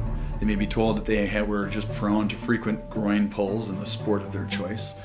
And taking some time away from their sport, they may sometimes be able to return to the sport with just continued pain. And fortunately now, with our knowledge of the concept of labral tears and our ability to treat that problem, we can take people who are otherwise just waiting 20 years to undergo a hip replacement, or just feeling that they can't ever participate in that activity because they'll just keep getting groin pulls. We can take that person, we can make them better, we can fix their problem, we can bring them back to their sport and allow them to continue to develop as an athlete or as a worker or whatever particular activity they're trying to do where that hip is affecting them. Chippewa Valley Orthopedics and Sports Medicine has been committed to the healthcare needs of patients in western Wisconsin for over 45 years. Their success and reputation as an outstanding orthopedic clinic can be attributed to the teamwork of their friendly, knowledgeable physicians and staff. Here at Chippewa Valley Orthopedics and Sports Medicine, we have 12 partners, orthopedics, neurosurgery, non-operative spine, and foot and ankle. We really pride ourselves in listening closely to the patients and hearing what they're saying, spending a lot of time engaging in the conversation of what is really bothering that person. After meeting with the patient, Dr. Carlson determined that his difficulties had all been related to painful hip impingement. It was incredibly important for me to meet with a doctor that understood sports and athletics and kind of just how I wanted to continue that lifestyle instead of just kind of shutting it down. So meeting with someone like Dr. Carlson was incredibly important to me because he understood how I still wanted to be active after a surgery and still wanted to maintain my daily lifestyle. While visiting with Dr. Carlson, we learned that he grew up skiing and continues to ski competitively across the country and also enjoys hunting, fishing, and hiking. He is passionate that his patients' goals are his goals. Whether it is getting them back to playing with their kids, working aggressively, or competing in sports, his patients are more active and enjoy their lives. When I see those people so happy with themselves, so happy with their decision to have this fixed or to go through this process, as scary as it sometimes is, if you don't know what's on the other side, it's so satisfying for me.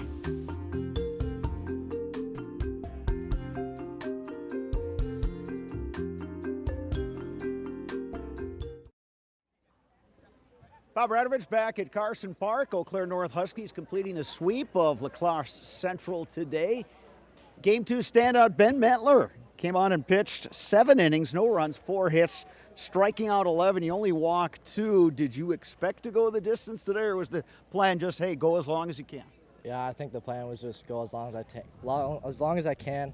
You know, in the last inning, you know, I was under a pitch count, so I kind of had to be consistent, but, you know, I got it out and pulled through. It seemed early on you were getting your curveball over, and it just seemed like you were hitting your spots. Did you have a sense early on that, okay, you're kind of dialed in today? Yeah, that last inning I was definitely feeling it. You know, I just couldn't even miss. I think I threw 2 or 3 balls, so yeah. What does a day like to do, like today, do for you guys going forward? Obviously, 2 big games scheduled next week against Hudson. They're the first place team in the Big Rivers. Obviously, seeding meetings come up this week, so next week is not going to play into that, but it's going to be a factor in the conference race. But how important was it to get 2 wins today and go into next week feeling pretty good about yourself? Yeah, it definitely brings us momentum going in to get #1 Hudson, but I think we have a shot, and I think we can do it. All right, Ben Metler, you're in the Zaleski Sports Highlight House. You know the drill, right? Yep. Okay, I'm going to hand you this, and as soon as Logan gives you the thumbs up, do your thing. I'm Ben Metler, and I'm in the house. Thank you, Ben. Good luck to you. We'll see you next week for your home game with Hudson. So that's going to do it for our coverage today from Carson Park. Hudson at Eau Claire North, scheduled for Tuesday and Thursday. Tuesday's game will be here at Carson Park, and we will have that one for you on Zaleski Sports. For my color commentator Dave Sparger and producer Logan Biederman, I'm Bob Radovich saying good afternoon from Carson Park in Eau Claire.